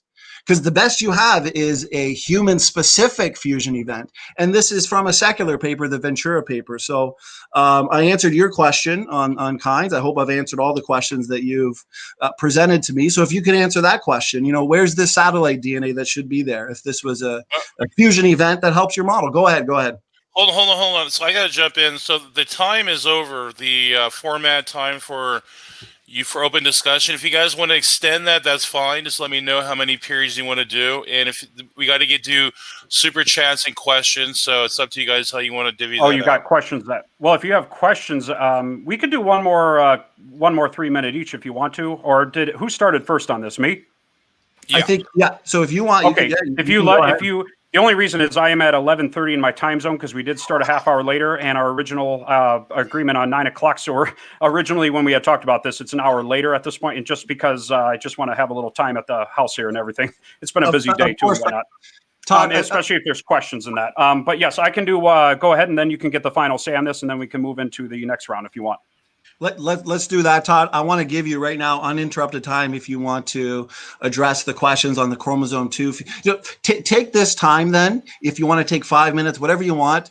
Don't bring up anything new, but just try and maybe address anything that you feel like you want to address that maybe you didn't. I'll go ahead and start talking here. Okay, hang on, because I'll just start. Okay. I just wanted to make sure I had a chance to speak here, because if this is my last chance prior to questions and whatever else we need to do. So, wow, so many questions in there. First of all, I mean, you can say this one question here, ask me to answer it, or all these others, but all the questions, once again, do you even understand what it means to be an isolated population group? Why would you expect there to be more than 99.9% similarity within human genetics? We interbreed together. Otherwise, we simply would not be able to breed together. This is the basis of it. So we can keep kind of getting a little away from the idea of what a kind is, because like I said, the common creationist saying is that a kind is something you can recognize just by looking at them. So you were saying that they came from the same common, I want to say ancestor, but I know that's kind of an evolutionary trigger word to a lot of people. You were saying they descended from the original group that God created. But then I have to bring up the thought again, why would genetics support creationism in there? Because after all, if we're made of a genetic code, and that literally is all we have between us, it's literally just mutation after mutation that accumulates into what we have. Now, even in human genomes, we can kind of twist the words and quote journals and try to expect someone, well, like me right now, to try to answer these on the spot. Sorry, not falling for that trap. But we are made from DNA, the basic core of it. In fact, that is one thing that only Darwin could have just been overjoyed to find out about, because it really did explain the ideas of natural selection. So you were saying, how do you explain the high diversity amongst, I'm not sure if you were saying Neanderthals or regarding chimps, but first of all, Neanderthals were not super highly diverse by any means. They lived predominantly in Europe and across parts of Asia. In fact, I would like to ask a question. Why do we see Neanderthal DNA within us humans? That's right. In your mitochondria, we can see DNA in there. And if you're from Southern Europe, you have more of that mitochondrial DNA. And yet we don't see any DNA in the Y chromosome. And that paints a story to us. It's not a good story, but it almost seems to tell us that there was male Neanderthal with, or male Neanderthal with human female passing these traits on.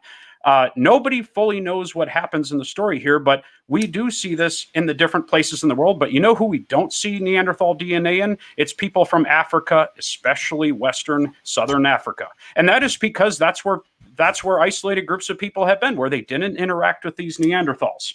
So as far as high diversity in chimpanzees or gorillas, well, of course, there's a high diversity to them. They've been an isolated group for a very long time, but they're also sporadic. In fact, from what I understand, this is something I'm not going to be able to source off the top of my head here, but gorillas that are 50 miles apart in certain places of Central Africa are actually more diverse than any two groups of people on planet Earth. This just goes to show how long they've been there in their populated group, and they have been isolated. But despite being isolated, they still have that high genetic diversity because, like you said, time is involved. But keep in mind, us humans, our species is approximately 250,000 years old, plus or minus. We do adjust our numbers, but not 6,000 years. Our high diversity is simply because of our isolated groups and our relatively short time we have had relative to the gorillas and the rest of the other primates on this planet. So there's a lot of things to go over in there. I guess I'm probably going to have a chance to throw one other question out there, and I'll throw this out there because I didn't even get into geology or any of that other stuff. Since we're just talking about life, how about this? Because if we talk to a lot of lay people, and this is easy enough for anybody to understand here, are we a primate? A lot of people have a problem with that. And so they obviously don't want to say we're not related or we're not similar in any way to the primates. They deny these common features that we have. In fact, if I can show my screen here for just a second, let me pull this up. They deny these common linkages, and you can always turn and say, God did it. When we see these common, say, we have a similar designer, and that is a common favorite. We look at this picture here, and we can see the gorilla fingertips. I don't know if it's showing up on the screen. There it is. It took forever. We look at this, and just like when you see somebody who's your long-lost family member, you know there's a connection there. This is a gorilla hand. So a lot of people look and say, I have trouble with that. I have trouble actually saying that I am related to a gorilla. Looks like I'm at 4.5 minutes, so I am going to try to rush this. My apologies to you on this. So again, people have trouble saying they're a primate, but yet if I ask people, and I don't even talk evolution, I just ask a layperson, and I say, are you a mammal? Most people say, yeah, well, you know, we breastfeed, we come from placenta, etc. And they talk about us being mammals, and they have no issue with that. But as soon as I say, well, are you an animal? I'm just jumping up the ladder. Some people have a trouble with that. But if I go up to the domain level and say, are you a eukaryote, which we are, they have trouble with that. Why is it people are okay with us being a mammal and a vertebrate, but they have trouble with us being any other level? It's almost like because then they start to realize it implies common design. I ask you here, at which level are you comfortable saying we are? Are we a mammal? Are we a primate? Are we a hominid? Are we a eukaryote? Are we an animal? What would you say on this? And since this is the last of your time here, whatever you have to say, but again, how would you explain this? And what about in the context of kinds? Awesome. Yeah. And Todd, because you're a guest here, I want you to, to take as much time as you want there if you feel good with that. I can certainly, I'll take equal time. Praise. How much time was that? I didn't. That's about 5 to 6 minutes. So take your time. You have plenty of time, SFT. Just go ahead. Okay, awesome. Well, I appreciate it, Todd. Yeah, this has been a lot of fun. I'll try and answer those questions as well and tie up any loose ends. Your answer on the genetic diversity just kind of tells me you don't, which is fine. You don't really. I've studied the out of Africa population bottleneck and the theory extensively, so maybe you're just not up to date as to why the evolutionary community invented the out of Africa population bottleneck. What we see is exactly what we would expect given the special creation of Adam and Eve. Now, evolutionists then brought in coalescence theory. Okay, real quick, actually, I'm just writing things left and right. What you're saying, Neanderthals were never in Africa. Even the evolutionist community will admit this. Evolutionists were shocked to find that there were human variants outside of Africa when humans left Africa. And you're just wrong about the Neanderthal Y chromosome. This was actually discovered.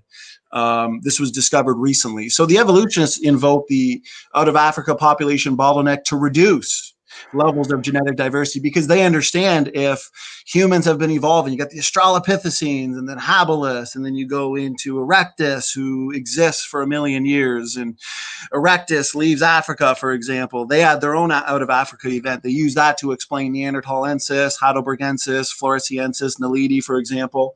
And then Erectus eventually in Africa evolves into modern Homo sapiens. Modern Homo sapiens leaves Africa, and then the evolutionists were shocked. Like, what's going on? We got the Denisovans, we got the Neanderthals outside of Africa. So that's where you've got like the multi-regional hypothesis. You got the out of Africa hypothesis. Everybody's contesting each other. Everybody's arguing over the data. Let me screen share real quick, actually, and I'll go to.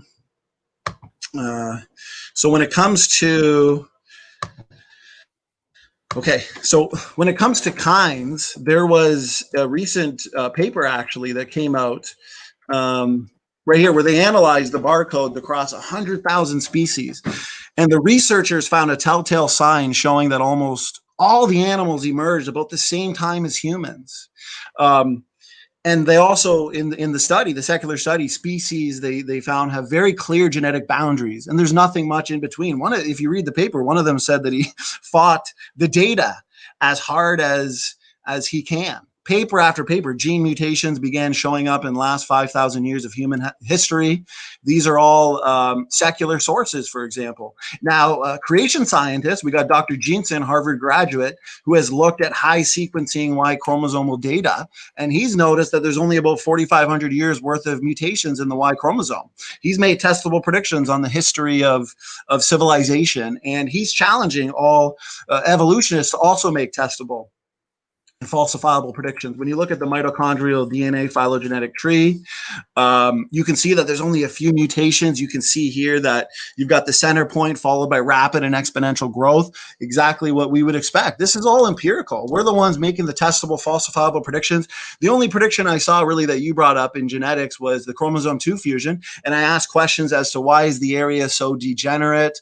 Why are those sequences there that are supposedly the vestigial remnants of telomeres? Why are they now known to be found all throughout the genome and found to be functional DNA units, not even specific to a chromosome 2 fusion? Also, the fact that the so-called purported site is overlapped by a highly functional gene.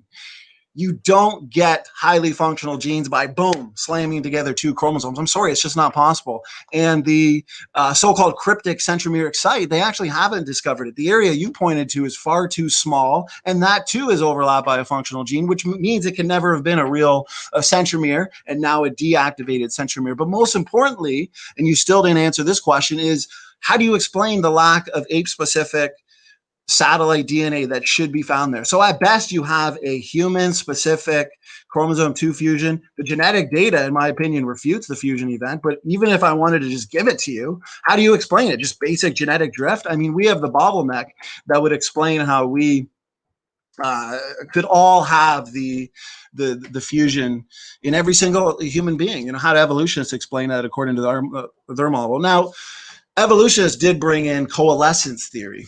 Okay, and that proposes that given enough generations, you will eventually trace back to just 2 common ancestors. This is what you'll find in the literature, Todd, when you look into it. Now, the fact is this theory was brought in after. So it was post hoc, ad hoc, just like the out of Africa population bottleneck. It has many, many assumptions. One of them being random mating, where you have a population where all the people have a strong likelihood of mating and marriage. Is this true historically? Obviously not. Humans have existed in tribes that have been separated. There is not random mating, and these are the best rebuttals that you're going to find from the evolutionary community.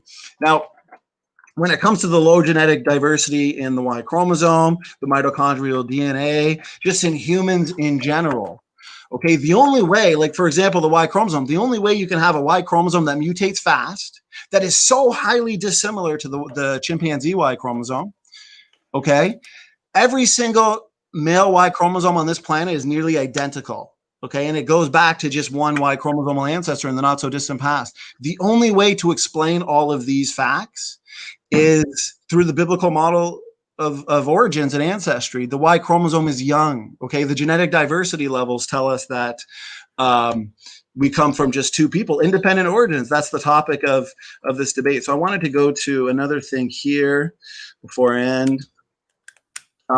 Even the number of species that we see on the planet correlates. We've made specific predictions on speciation rate according to our model. So for example, here we can see, I'm screen sharing, we've only got between 10 to 12,000 bird species.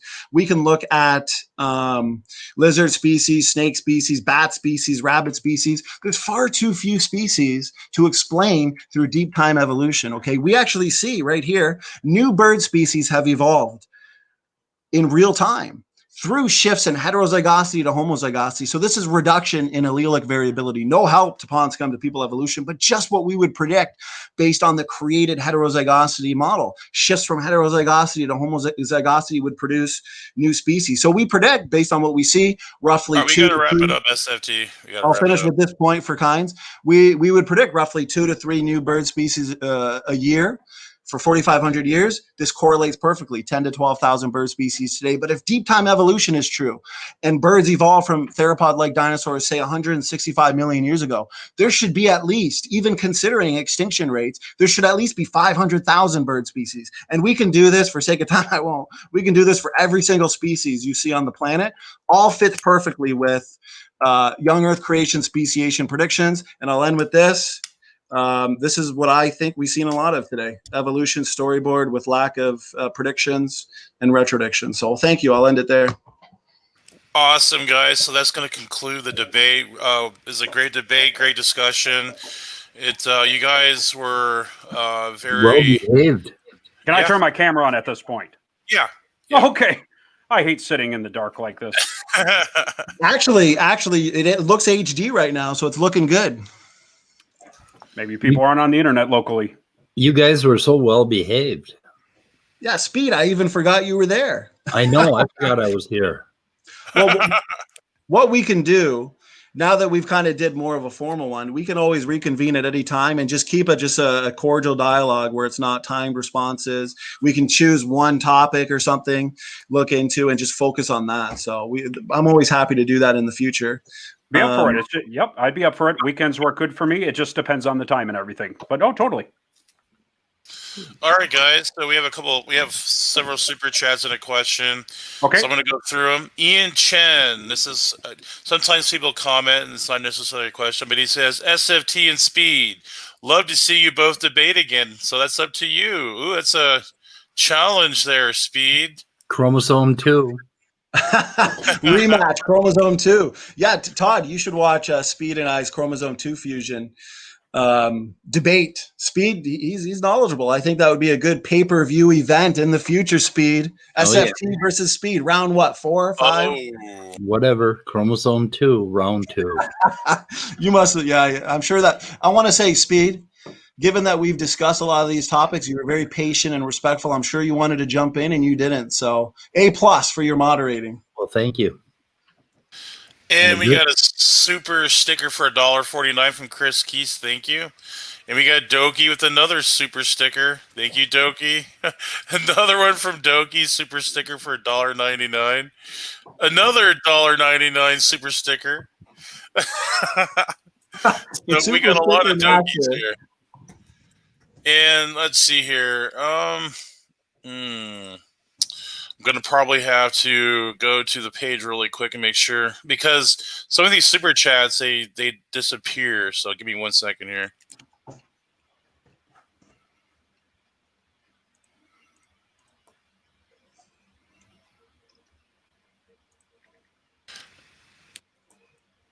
We had a significant super chat tonight with Neff. I do know that. We had to.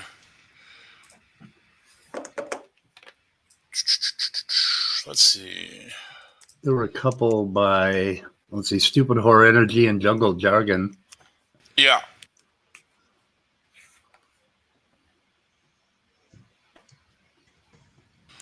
I'm just going to the monetization page really quick. I'm going to find out.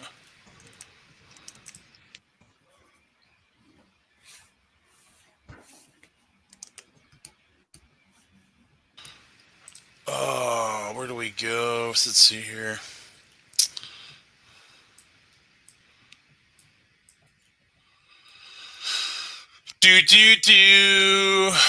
Apologize for the delay here. Just trying to get to the super chats.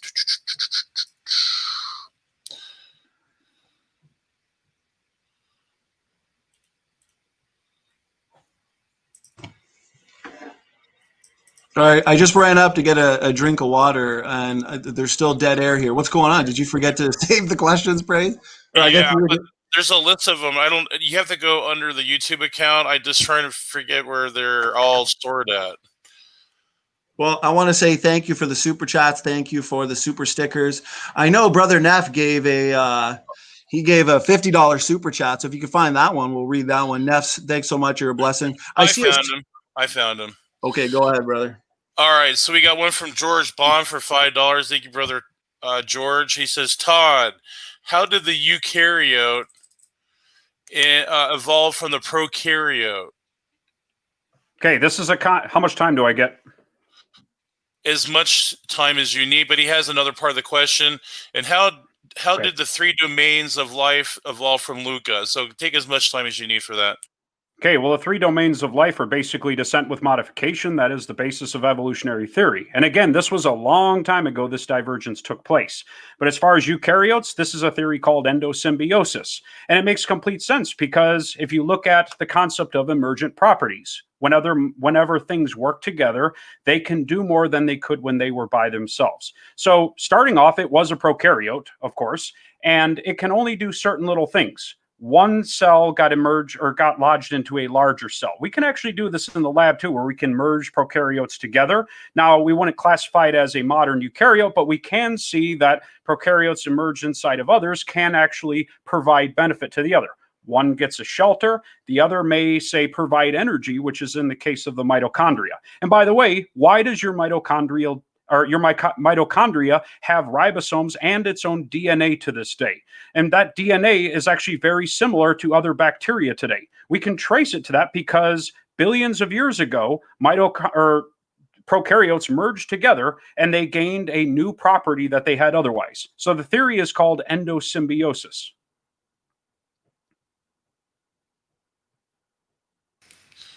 There's no time, so I'm just trying to make it quick.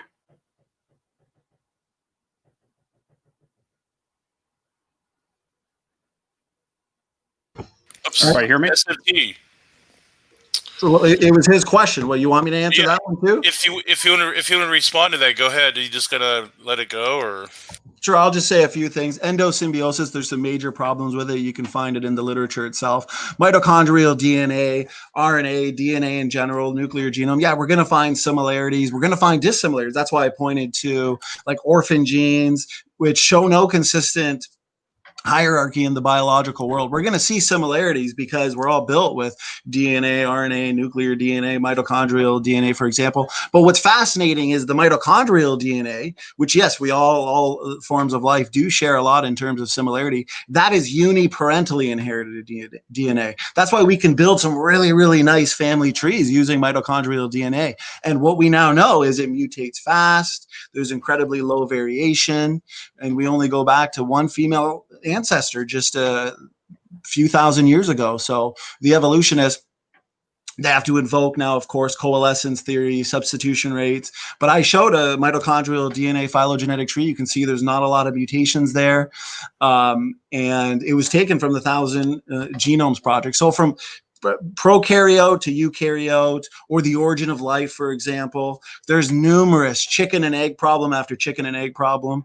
So yeah, it's way too short of a time to go through all of the major problems, but I just invite people to look at it. So I will say, because it was Todd's question, he can have the last word. Yeah. Okay, I'm not sure the format or how long it's going to take, but it's approaching midnight now. I just wanted to kind of, at least in my time zone. Yeah.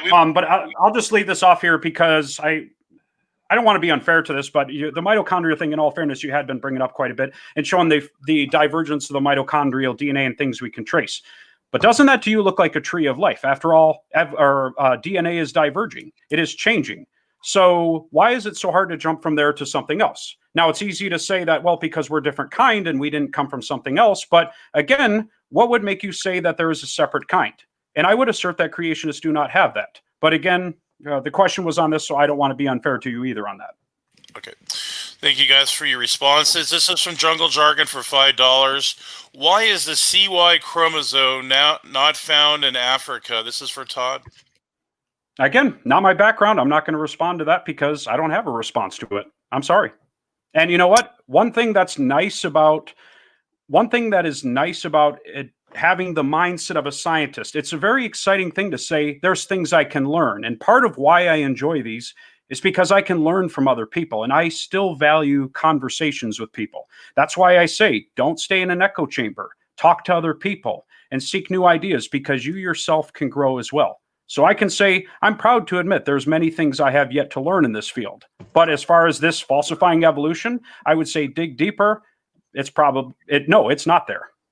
Well, let me just say one thing, because you did ask that question about the kind. So that's why I also showed why humans obviously are their own separate created kind, just simply based on molecular clocks, based on genetic diversity and Y chromosome and mitochondrial DNA. But I also showed that study from the secular literature where they discovered a clear separation between kinds, the Rockefeller University study that I showed that, where they themselves said that there's clear boundaries, which is exactly what we would expect. They had to invoke what's called a selective sweep, right, just to explain the data. But yet this is exactly what we'd expect. So 2 questions. Are you familiar with that study that suggests over 90% of life we see today arose at the same time with clear genetic boundaries?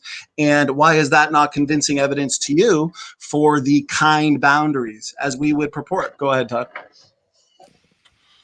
So am I jumping back into another? Kind of pithy now. Yeah, we'll just try to make. So after the second responses, make them pithy, and we'll get to the next one. We keep this going. We'll be here all night. Unfortunately, so, yeah. Yeah. Praise, can you ask Brother Nephilim Freeze $50 super chat? Yes. So Nephilim, he was the highest amount of giver tonight, and so thank you so much, Neff. That was very generous of you for $50. And he says, since DNA is information operating linguistically and algorithmically, and these things require a mind, how is denying creation scientific? I guess that's for you. Creation, yeah. OutSci'Ed, I'm sorry. I guess I'm not quite sure what the question is on there because, first of all, I don't necessarily. It sounds to me like a word salad, as we would call it, where you take a bunch of words and say that it's linguistically defined. We could call it a code, but at the same time, it's literally just DNA is translated to RNA. It's read in the ribosomes. We can call it a lot of different things there.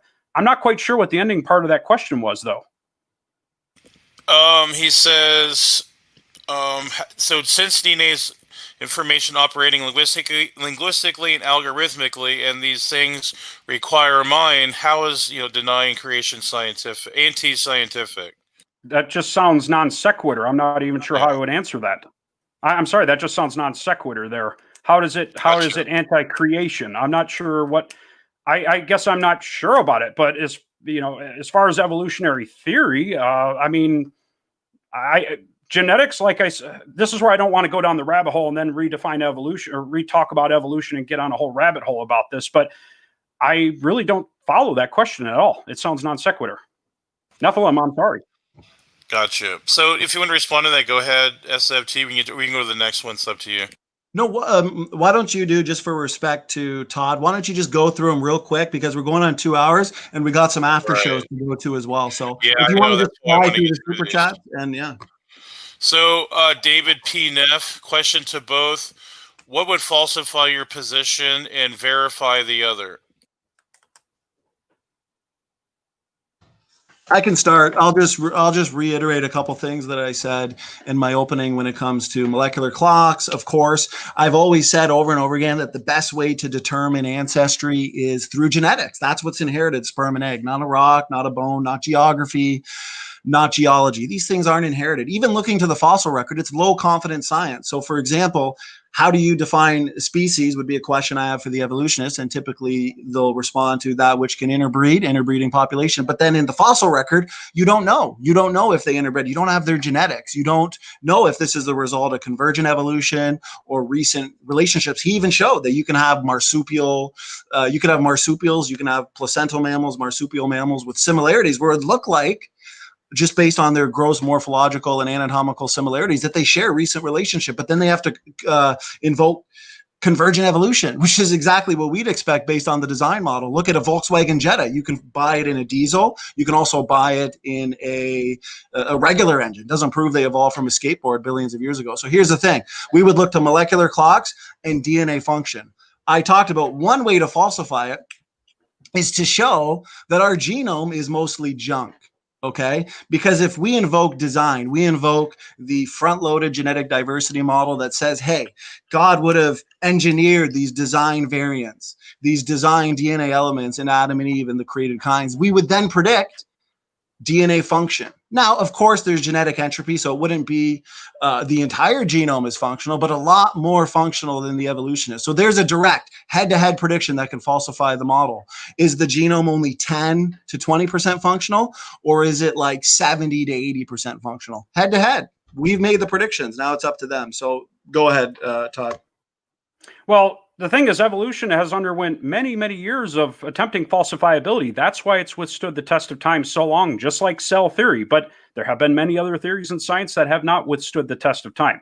To falsify evolution, genetics could have easily have done that back in the 1950s. So it's interesting that creationists are using genetics and trying to say that it actually confirms and it doesn't falsify. But the truth is, they're twisting the research on this to make it seem like it's actually in their favor. For example, with the phylogenetic trees you're drawing with the mitochondria in that, again, why stop there? You just simply stop there and say that, well, it's because it's a kind and because we can't say they're connected. But the truth is they're all connected by the same code. Why is there no difference there? Now, as far as there being junk DNA and stuff like that, the research is still emerging on that. And so science has a lot of questions to ask on this. But in terms of evolution, nobody in evolution, well, back in the 1960s, early on, but nobody today has a problem with this idea of there being functional sections in DNA. But when we look at DNA, there are massive sections still that are yet unexplained because we can splice them out and we can still make mice from them. For example, if we also look at other organisms, such as an onion, it has 200 times the amount of DNA bases that we have. But if we look at an amoeba, actually, there's two different types of amoebas out there. One of them has about 200 times more DNA, and the other has 50 times more DNA than us. Now, they're both amoeba. Why do they have so many differences? Now, out of respect here, how could we falsify evolution?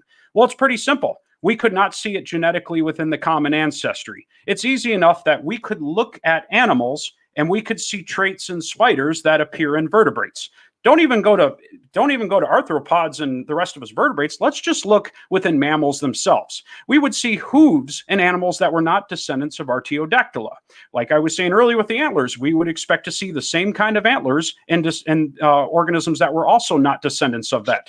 We would expect to see in any other lineage not those traits. So falsifiability, there you go.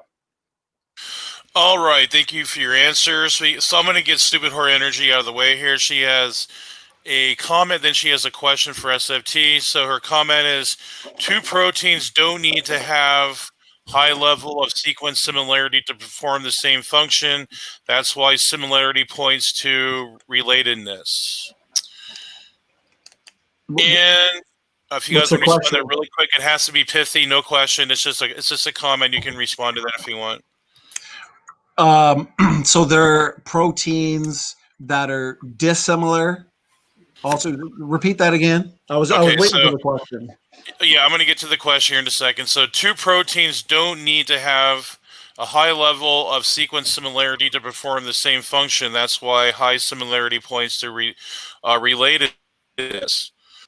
Well, here's the thing about this whole similarity thing. I pointed out that a lot of that which is similarity, whether it's in the proteins, whether it's in the non-coding regions of our genome, coding regions of our genome, a lot of it, like if you're looking at chimpanzees and humans, even though there's similarity there, you're still looking at gene expression differences, or the epigenome as a whole is completely different. But as I've pointed out, evolutionists like Todd here say, we are apes.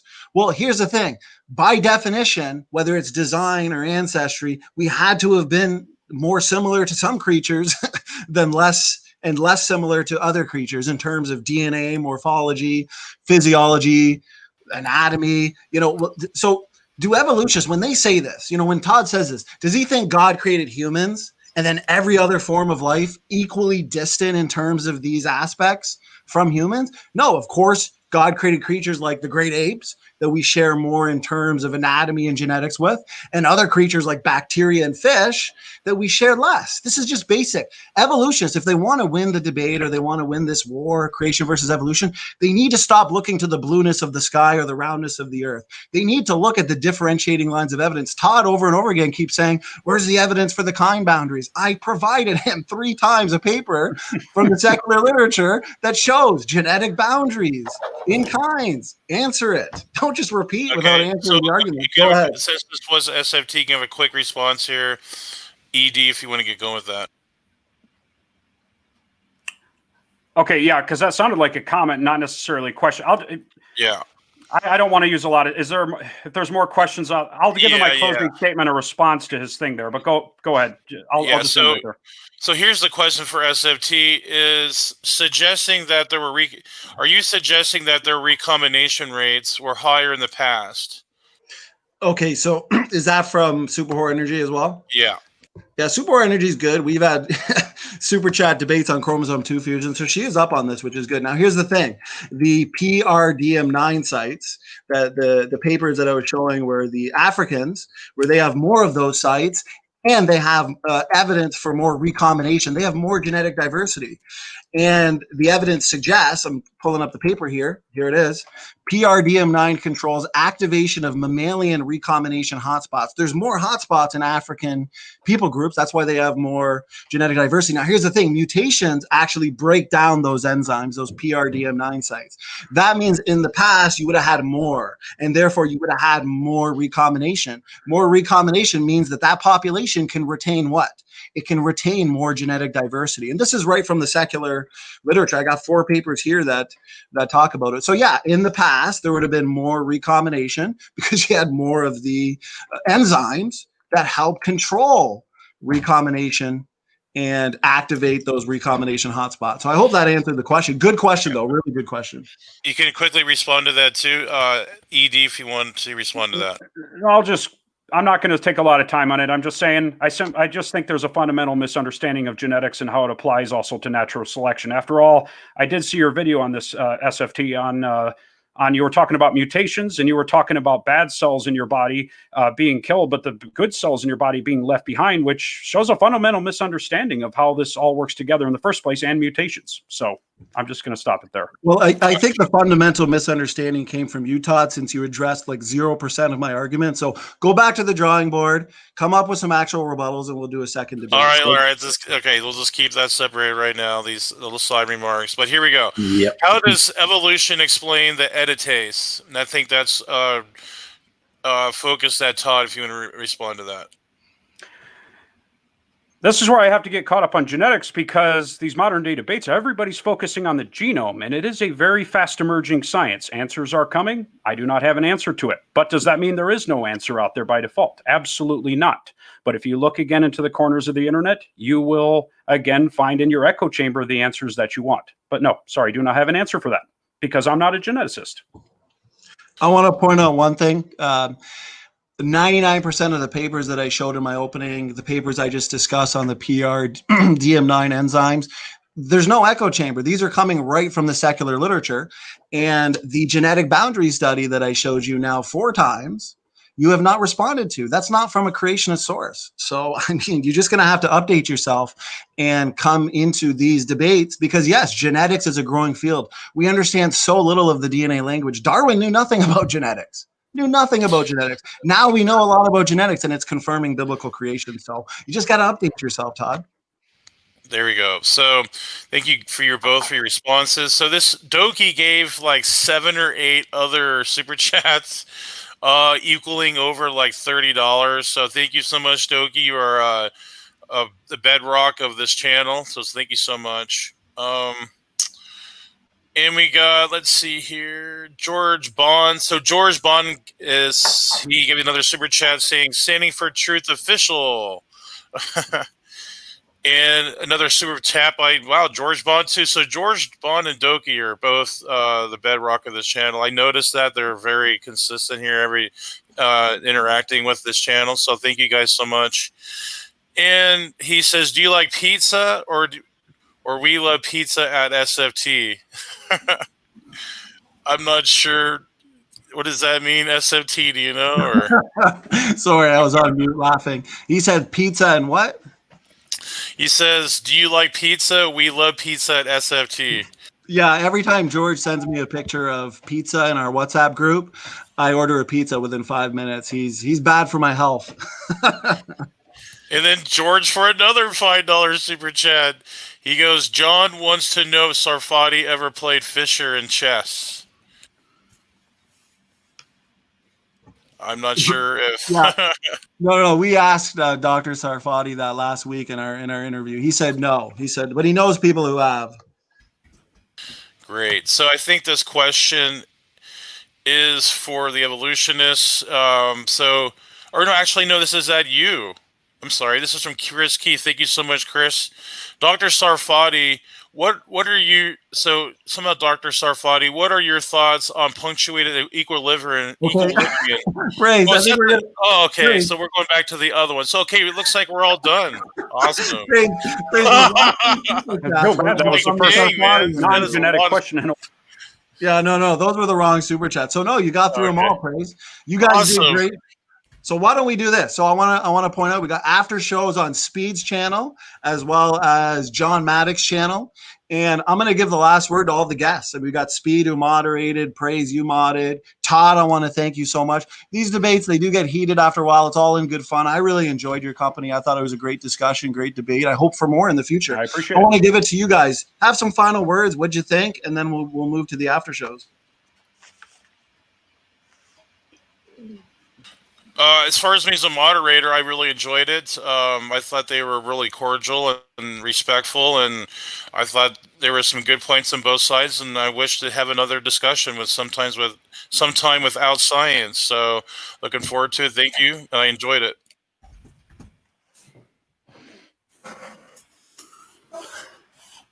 Okay.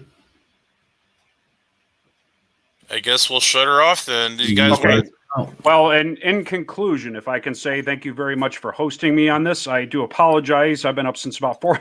I thought that pizza question was going to come to me because my answer to that would have been, I will eat anything at this point because I haven't eaten anything. I made my kids dinner and I got them to bed. And like I said, at first I thought we were starting at 9 o'clock. So it's definitely gotten me up a little bit late here. But, it's all in good fun.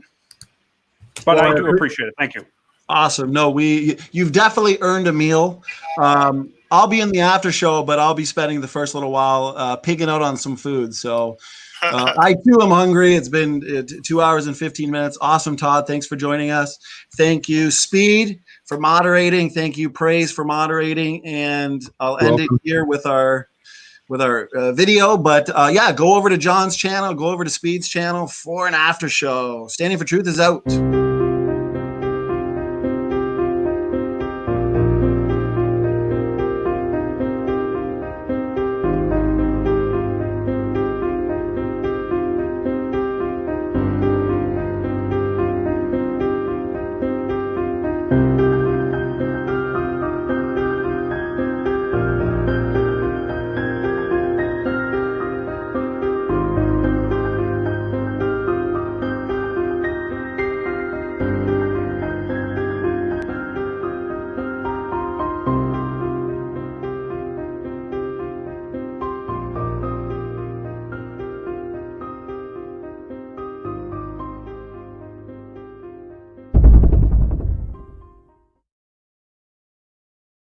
For all those who appreciate the work that we're doing here on Standing for Truth, please hit